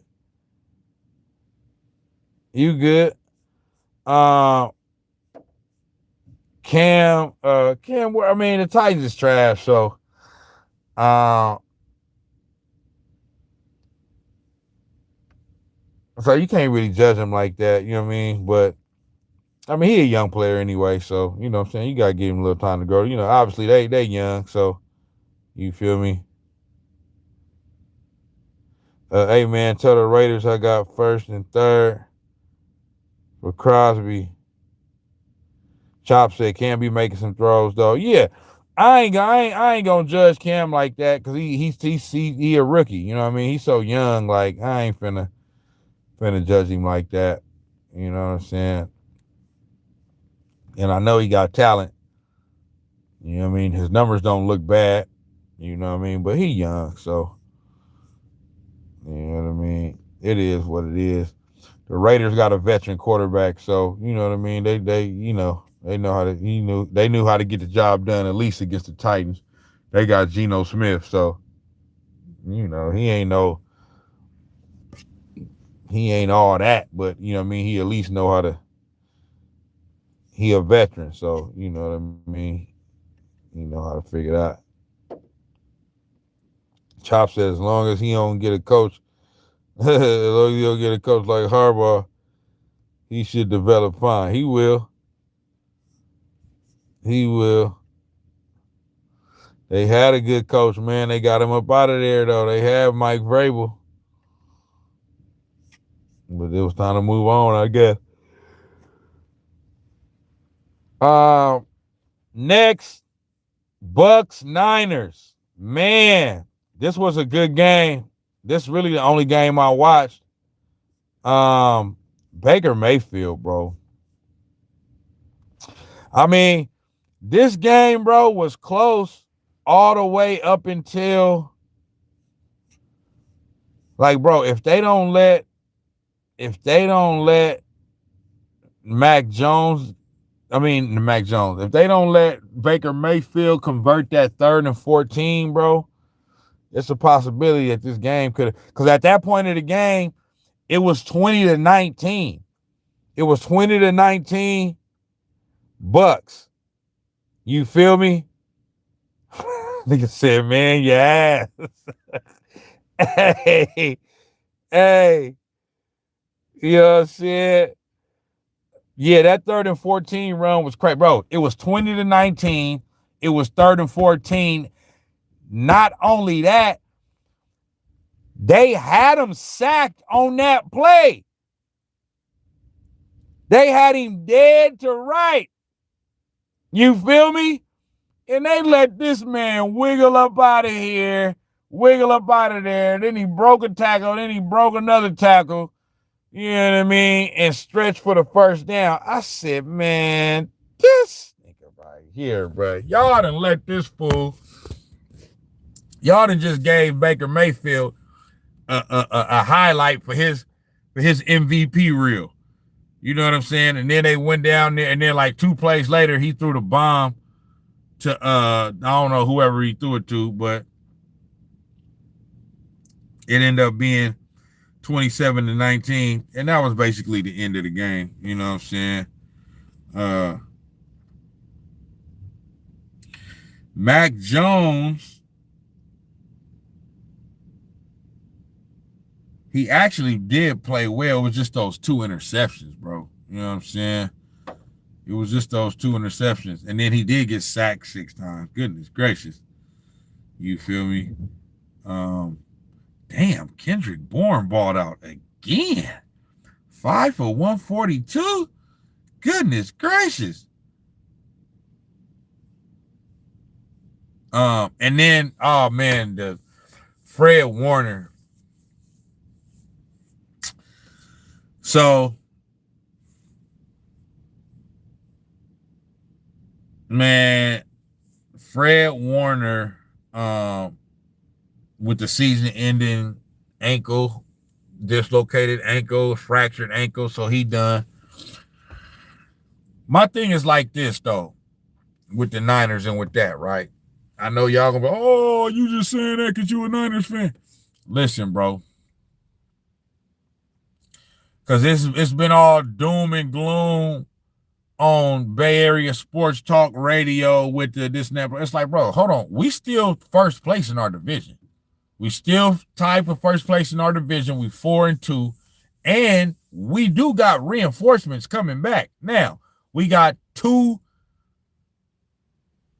big injuries on the defensive end of players that are not, all pro players that are not coming back this year, and Nick Bosa and Fred Warner. Okay, Fred Warner has only missed 1 game his entire career. You know what I'm saying? But bro, Purdy coming back, Ayuk eventually coming back. Kittle is right around the corner from coming back. Pearsall will be coming back. So on the offensive end, McCaffrey's still there. So on the offensive end, we still, you know what I'm saying, are going to have enough to be able to make some noise. You know what I mean? At least offensively, we may have to just win with offense. You feel me? Rob say, rumor has it they traded Brandon Ayuk or Jawan Jennings. Or they trading. Yeah. They probably ain't gonna trade Brandon Ayuk just because the trade deadline is coming up pretty soon, and he might not even be on the field by that time. You feel me? So, but my thing is like this. I'm not doom and gloom with the Niners, bro. I'm like, bro, next man up. I understand Fred Warner, hey, all pro, best linebacker in the league. I'm just saying, bro, next man up. You know what I'm saying? Until we, like, you know what I'm saying, just out of it. So we 4-2. We got the Falcons coming up on Sunday night. Falcons just did a number on the Bills. But to me, that's a winnable game, bro. You know what I'm saying? Like I said, I know the Falcons just look good against the Bills, but that don't mean that they're going to look like that against us. You know what I'm saying? Maybe they will, maybe they won't. But to me, that's a winnable game. So, next man up. You know what I'm saying? And the only thing about it is what hurt us is, like I said, the 3rd and 14 scramble by Baker Mayfield and the turnovers by Mac Jones. Other than that, he played well. With the team that we got right now, we got to play clean. We can't have turnovers. You know what I'm saying? So as long as we play clean and we not turning the ball over, I give us a shot. If we win this week, we 5-2, and then, hey, see what happens after that. It is a winnable game for the Falcons. It's a winnable game for us too, though. You feel me? So after the Niners won that game against the Rams, that told me right there, okay, we got a little moxie this year. You know what I'm saying? So I'm not fit to count us out like that. You know what I'm saying? Like, I'm not finna just act like just because Fred Warner got hurt, you know what I'm saying, that it's just over. You know what I mean? It ain't over. It ain't over at all. Falcons running back looking like the best running back in the league right now. Straight up, Bijan Robinson, straight up. He looking like that dude. He definitely looking like that dude. I ain't gonna hold you. You feel me? No Fred. No Bosa. You cooked. We'll see. We'll see. We'll see, Berto. You feel me? Yeah, Warner is the heart. I'm just saying, Warner is the heart. Warner is the heart. You know what I mean? Straight up, straight up. You know what I'm saying? Straight up and down. But I'm saying, hey, man, next man up. D. Winters, hey, next man up, bro. Step up. It's time to, hey, you know what I mean? We got to get it in. You feel me? Y'all talking about Kyle Shanahan? Hey, Kyle Shanahan, dial that shit up. Come on. Dial that shit up. You feel me? But I'm mainly saying because we still in a good position record-wise. And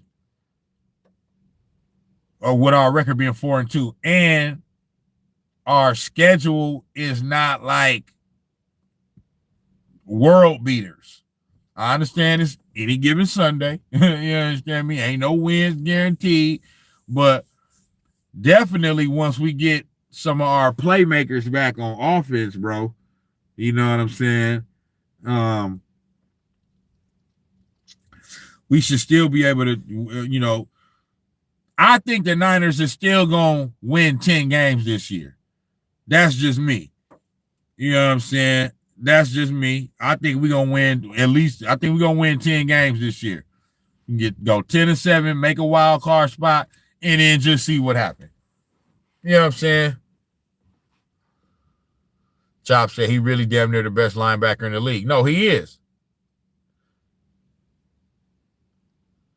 Berto said, I'll take that bet. We're going to win 10 games, bro. We're going to win 10 games this year. If the Niners lose, you got to hit the wax on live. You feel me? I used to smoke on this thing, all that. You feel me? But I done stopped smoking now. You feel me? No Fred, no Boston. You could. They probably sold out of the locker room. Listen, man. Seattle and LA Rams ain't no joke. Nope. More LA Rams. You know, Seattle ain't no joke either, but I ain't worried about them. But the Rams is really who, I mean, all of us is 4-2. Us, Seattle, and the Rams is 4-2. So, but the good thing about it is that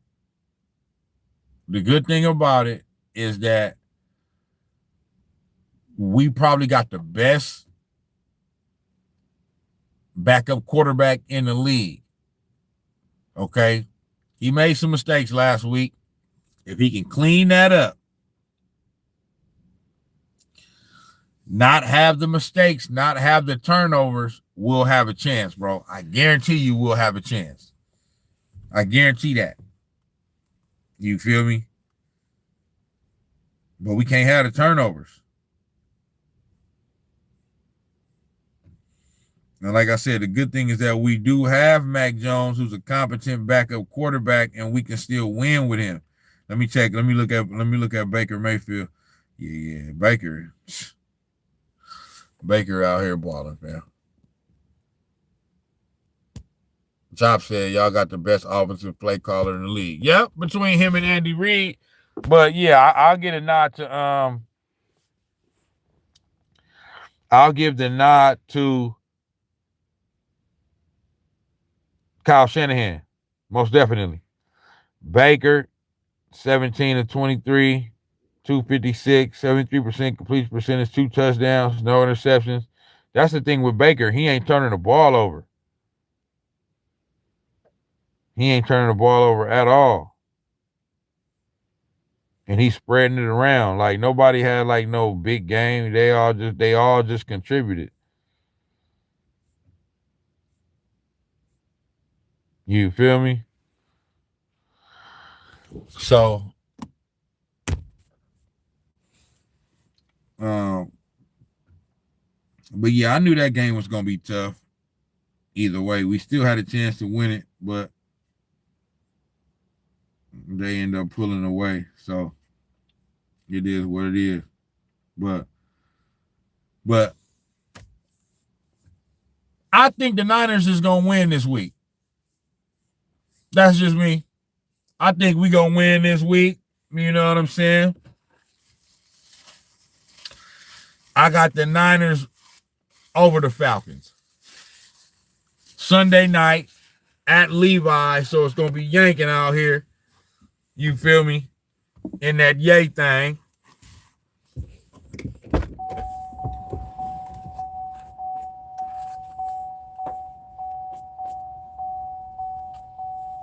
So yeah, I think the Niners gonna win. That's just me. I got my money on us. I know we coming off a loss and the Falcons coming off a win. So it feels like, you know what I'm saying, and we just lost Fred Warner. So it feels like, you know what I mean, we up against it. And we is up against it. But that don't mean we ain't gonna win. You praying they win this week. You think I'm not? You think I'm not what I am? You think I wasn't what I was? Oh yeah. I'm for surely praying. I'm not even denying that. You feel me? Prayer works, big dog. You feel me? So, yeah. Either way, it's going to be Sunday night. I'm going to be tuned in, tapped in. Oh, shit. I almost dropped this, boy. Yeah, I'm going to be tapped in and tuned in either way.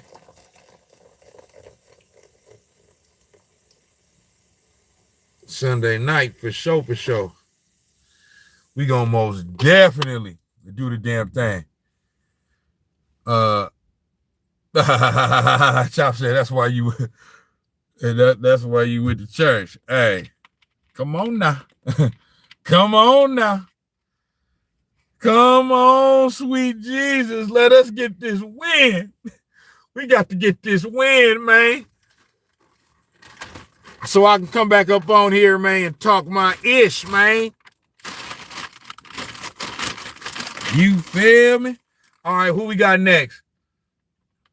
We got I got 4 more games. Bengals, Packers. Packers got the win 27-18. My boy Goated LeAngelo, I know he probably got school tomorrow, so he jumped off. You know what I'm saying? He jumped off, but this would have been a game for him. Yeah, man, the Bengals, man. I mean, I know they got Flacco now, but man, it's looking bad for the Bengals, bro. I ain't gonna hold you. It's looking bad for the Bengals. 27-18 was the final score. You know what I'm saying? The Packers with the win. And Pittsburgh is 4-1.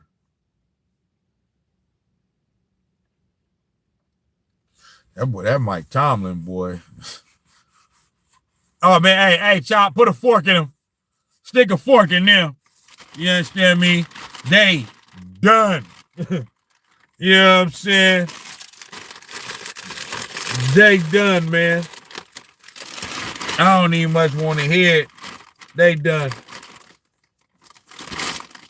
Flacco didn't play bad. 29 of 45, 219. 64% completion percentage, no interceptions, 2 touchdowns. But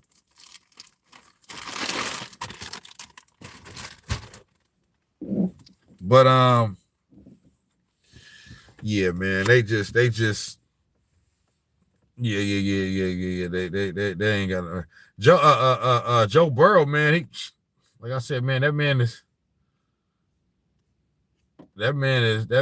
like paper mache, man. That man like paper mache. You feel me? If you breathe on that boy, he going down. You feel me? Straight up. That man stay hurt, man. So they got to figure that out.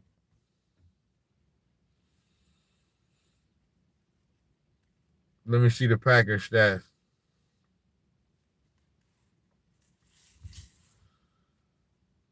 Yeah, they play well all the way around.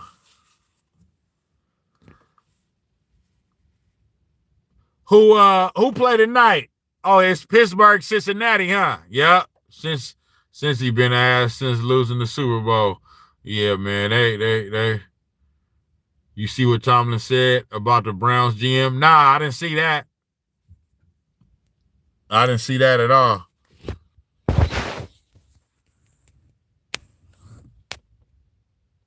Jordan Love, 19 to 26, 259, 73% completion percentage, 1 touchdown, 1 interception. Let me see. Did Parsons get a sack? Let me see.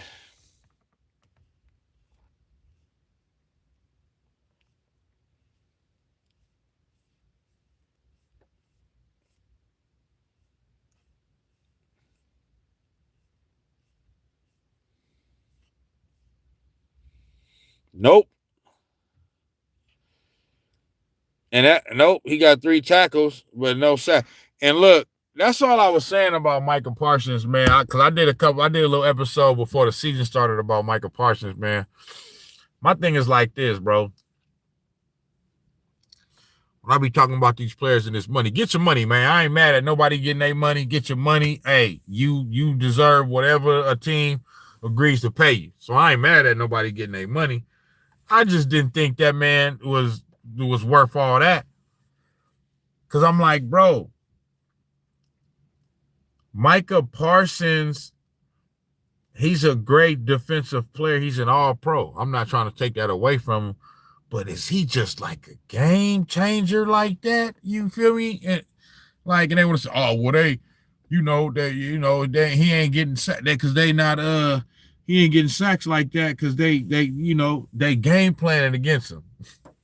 Brother, they comparing this man to Lawrence Taylor. Okay? They game planned against Lawrence Taylor too. That didn't stop that man.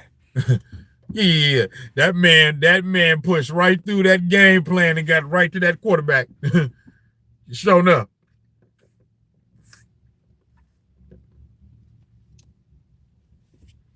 So I never liked the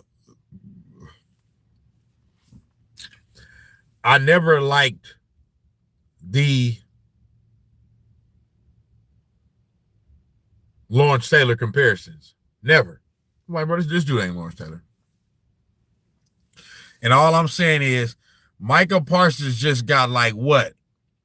Damn near $50 million. He damn near getting paid with a quarterback getting paid. That man getting like 45 or something like that. Bro, if I'm paying you $45 million a year, bro, I'm talking about every game you need to be getting to that quarterback. Off the top. Like you just got to get there, fam. Otherwise, bro, what I'm paying you for, bro? Now I understand, his presence on the defense makes the overall defense better. Yeah, all right, yeah, okay, I ain't paying you for that.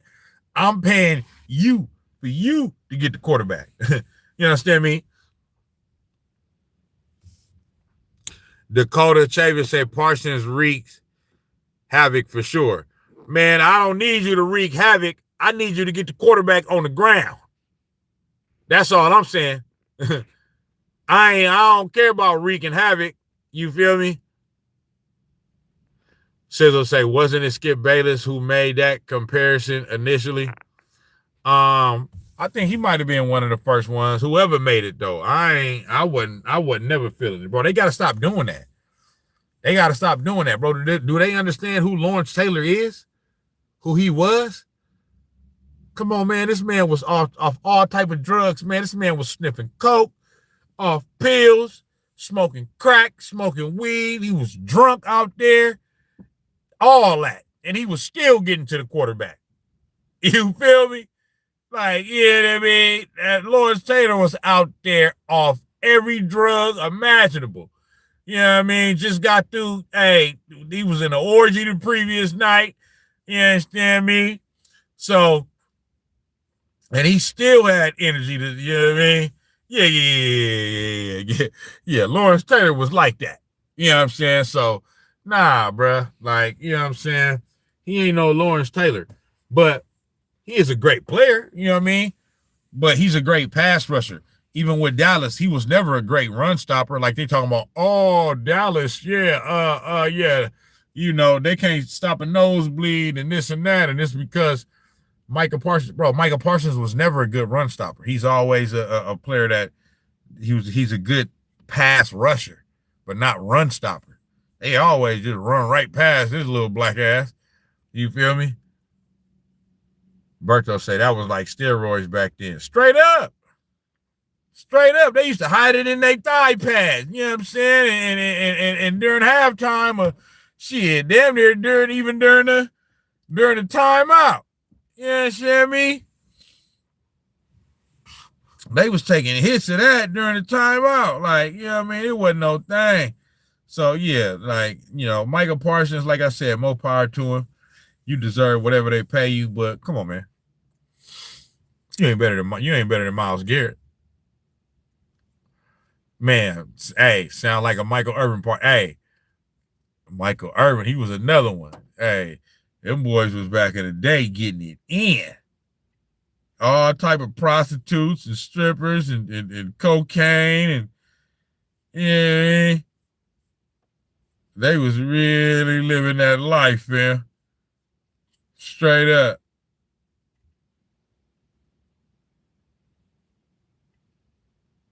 They was living that life. All right, what's next? Chiefs, Lions. We was talking about that earlier with Goated Leangelo. Now, good game. But, man, this was Sunday night, if I'm not mistaken. All I know is the Chiefs ain't been getting no calls all year, and they've been losing. All of a sudden, this game against the Lions, all the calls is going against the Lions, and the Chiefs find a way to win. So, I'm just saying. Y'all know what it is. NFL, just know I see the play. You feel me? They need the Chiefs to be hovering around. They can't have the Chiefs not making the playoffs now. That's gonna be bad for ratings. They got to have Taylor Swift at all the games. They need that. But Chiefs got the win 30-17. You feel me? Yeah. The Chiefs, you know what I mean? We all know they got some home cooking.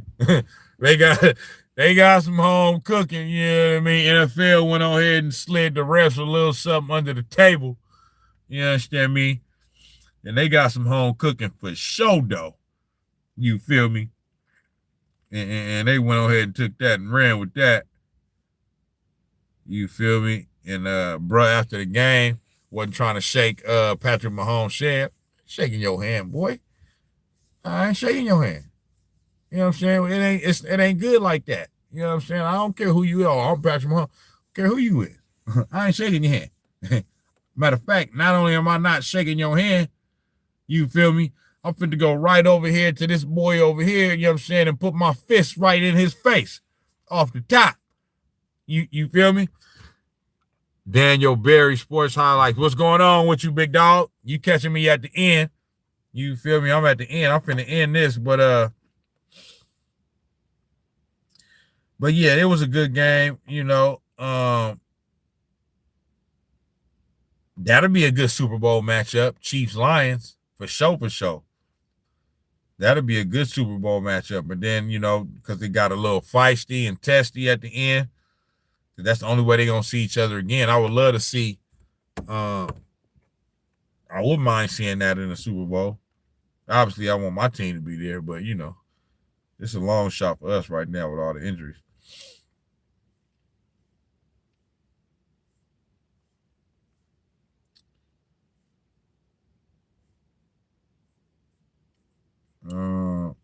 Jared Goff, 23 of 29, 203 yards, 2 touchdowns, no interceptions. Jared Goff played well. Sure enough did.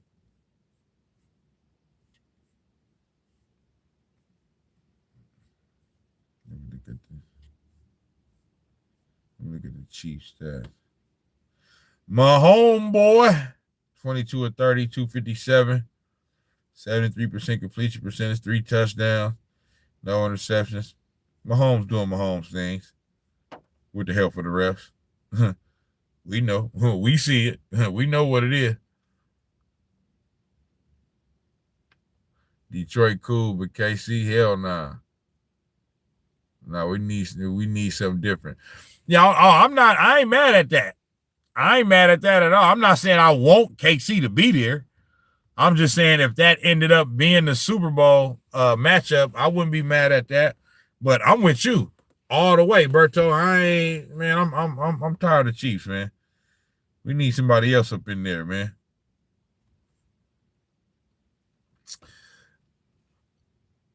I picked the Ravens to go to the conference championship. But I wouldn't mind seeing the Ravens up in there, but we know how that go. Your boy hurt. All right, let me do these last two. Shout out to all y'all, man, for all my peoples, man, tapping in with their boy tonight, fam. All right, Monday night we have Bills Falcons. Falcons pulled it out in the end.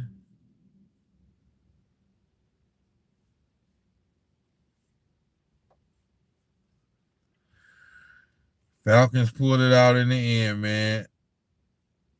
Penix. I think Penix, bro. I don't know what it is about me, but no, I just don't think he can throw. I don't know if it's just the left, because he's left-handed or whatever. I just don't think he can throw.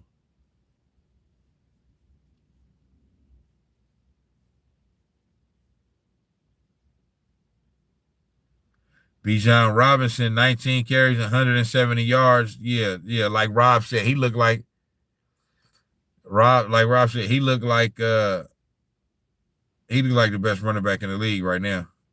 I ain't even gonna hold you. Facts. 24-14. The Falcons got the win. And that's something that nobody seen coming, bro. The Bills, I thought the Bills was gonna win, but I was pleasantly surprised when I looked up and see it was 14-0. I was like, oh, okay. The Falcons came to play. And then I got a good look at the Falcons before we play them this week. You know what I'm saying? But oh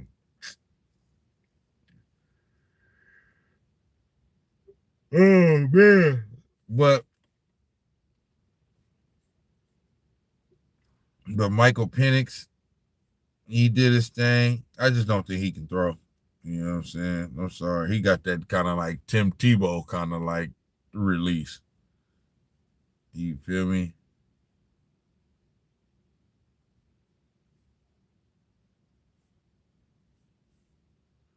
Receiving. Damn. Bijan Robinson also caught the ball 6 times for 68 yards.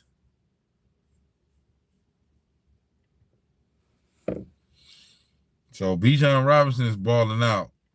For the Bills,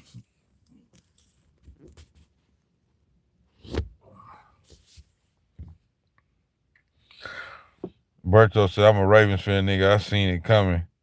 The O-line is okay. The wide receivers, mid, and the defense is bottom. Who you talking about? KC?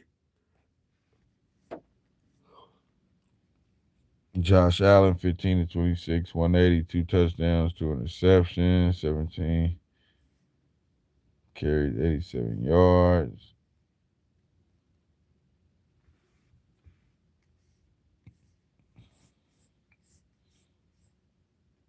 So, but yeah, we got the Falcons coming up this week, man. We finna get into business, man. We ain't worried about no Falcon. What y'all talking about?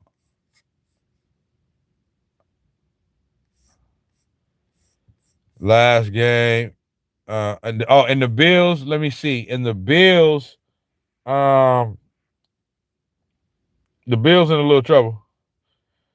They done lost 2 in a row now after winning their first 4. So they in a little trouble. They in a little trouble, man. And but they'll get through it.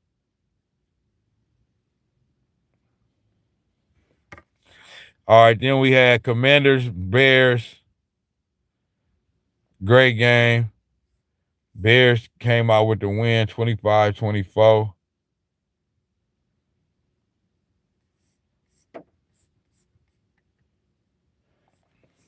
I didn't watch this game. Whose stats is these? The Bears. D Swift, 14 carries, 108 yards.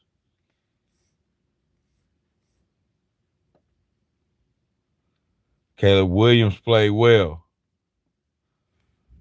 You know what I mean? He stopped wearing that damn fingernail polish.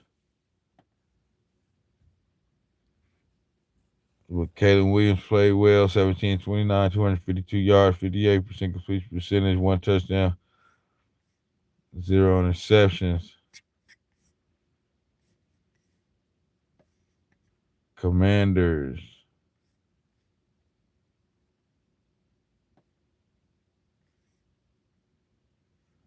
Jaden Daniels, my boy.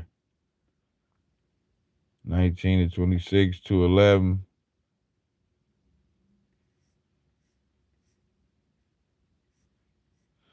Yeah, so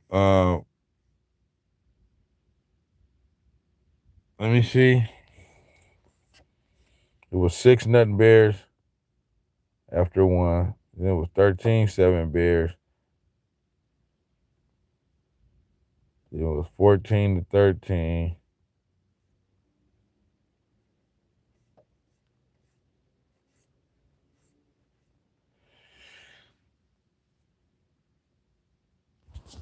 Yeah.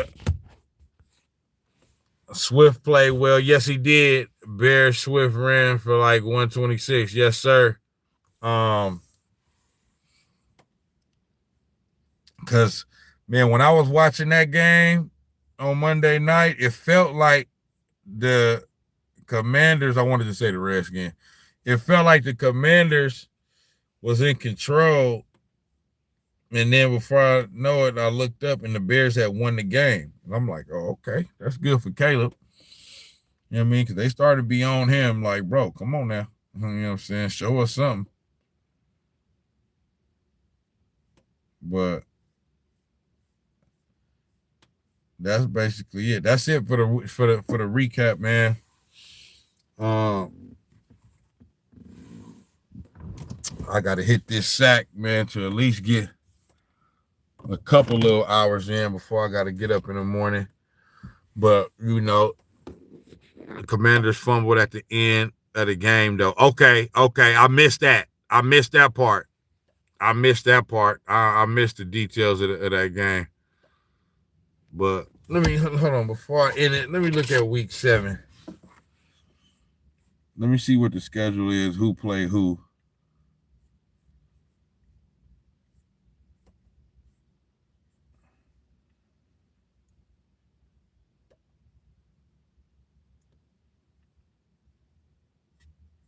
Here we go. Come on, man. Week 7. Okay, tonight, Thursday night, Steelers, Bengals.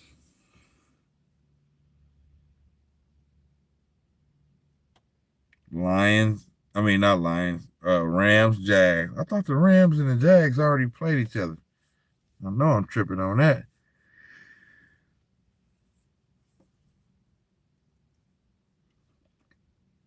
So in London, you got Rams, Jags.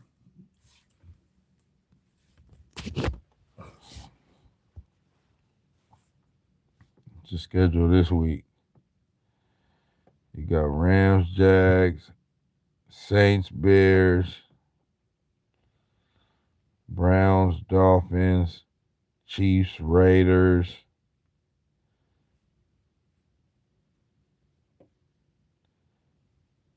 Vikings, Eagles, okay. Jets, Panthers, that should be interesting. Pats, Titans.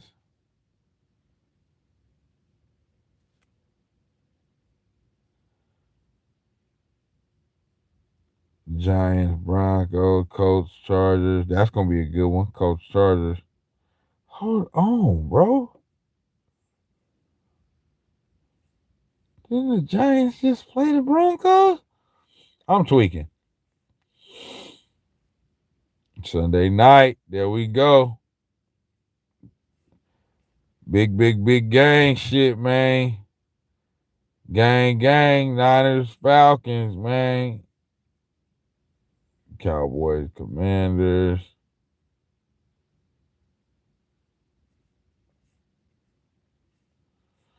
Okay, then. Oh, man. Monday night, Lions, Bucks. That's a good one. That's going to be a good one.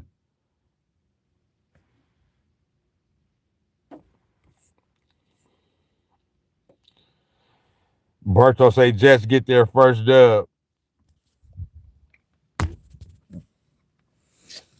I'm with you on that. I'll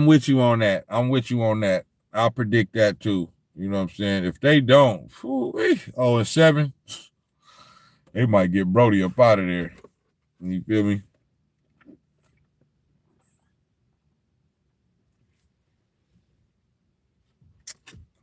Who the Rams play?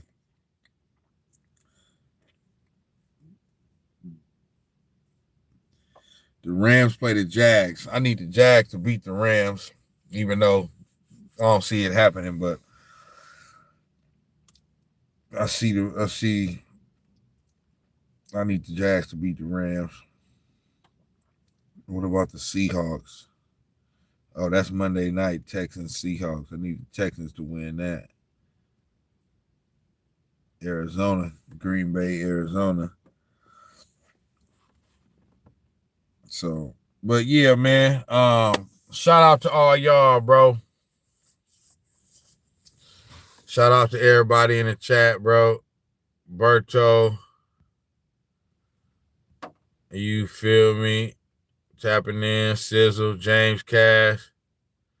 James Cash said smoking rocks and getting the job done.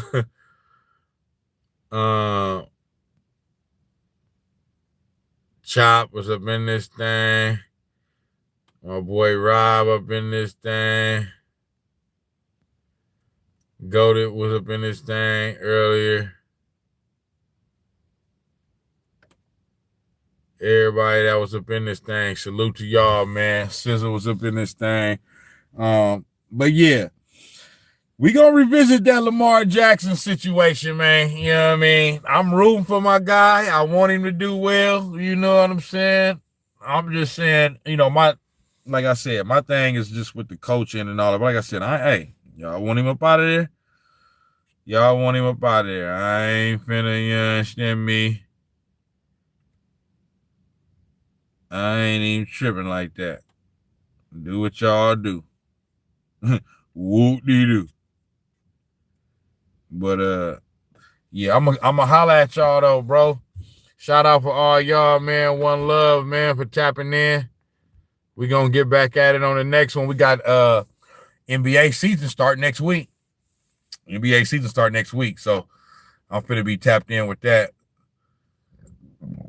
You know what I mean? But yeah, I'm gone, man. Snax on Sports. I'm gonna get at y'all on the next one.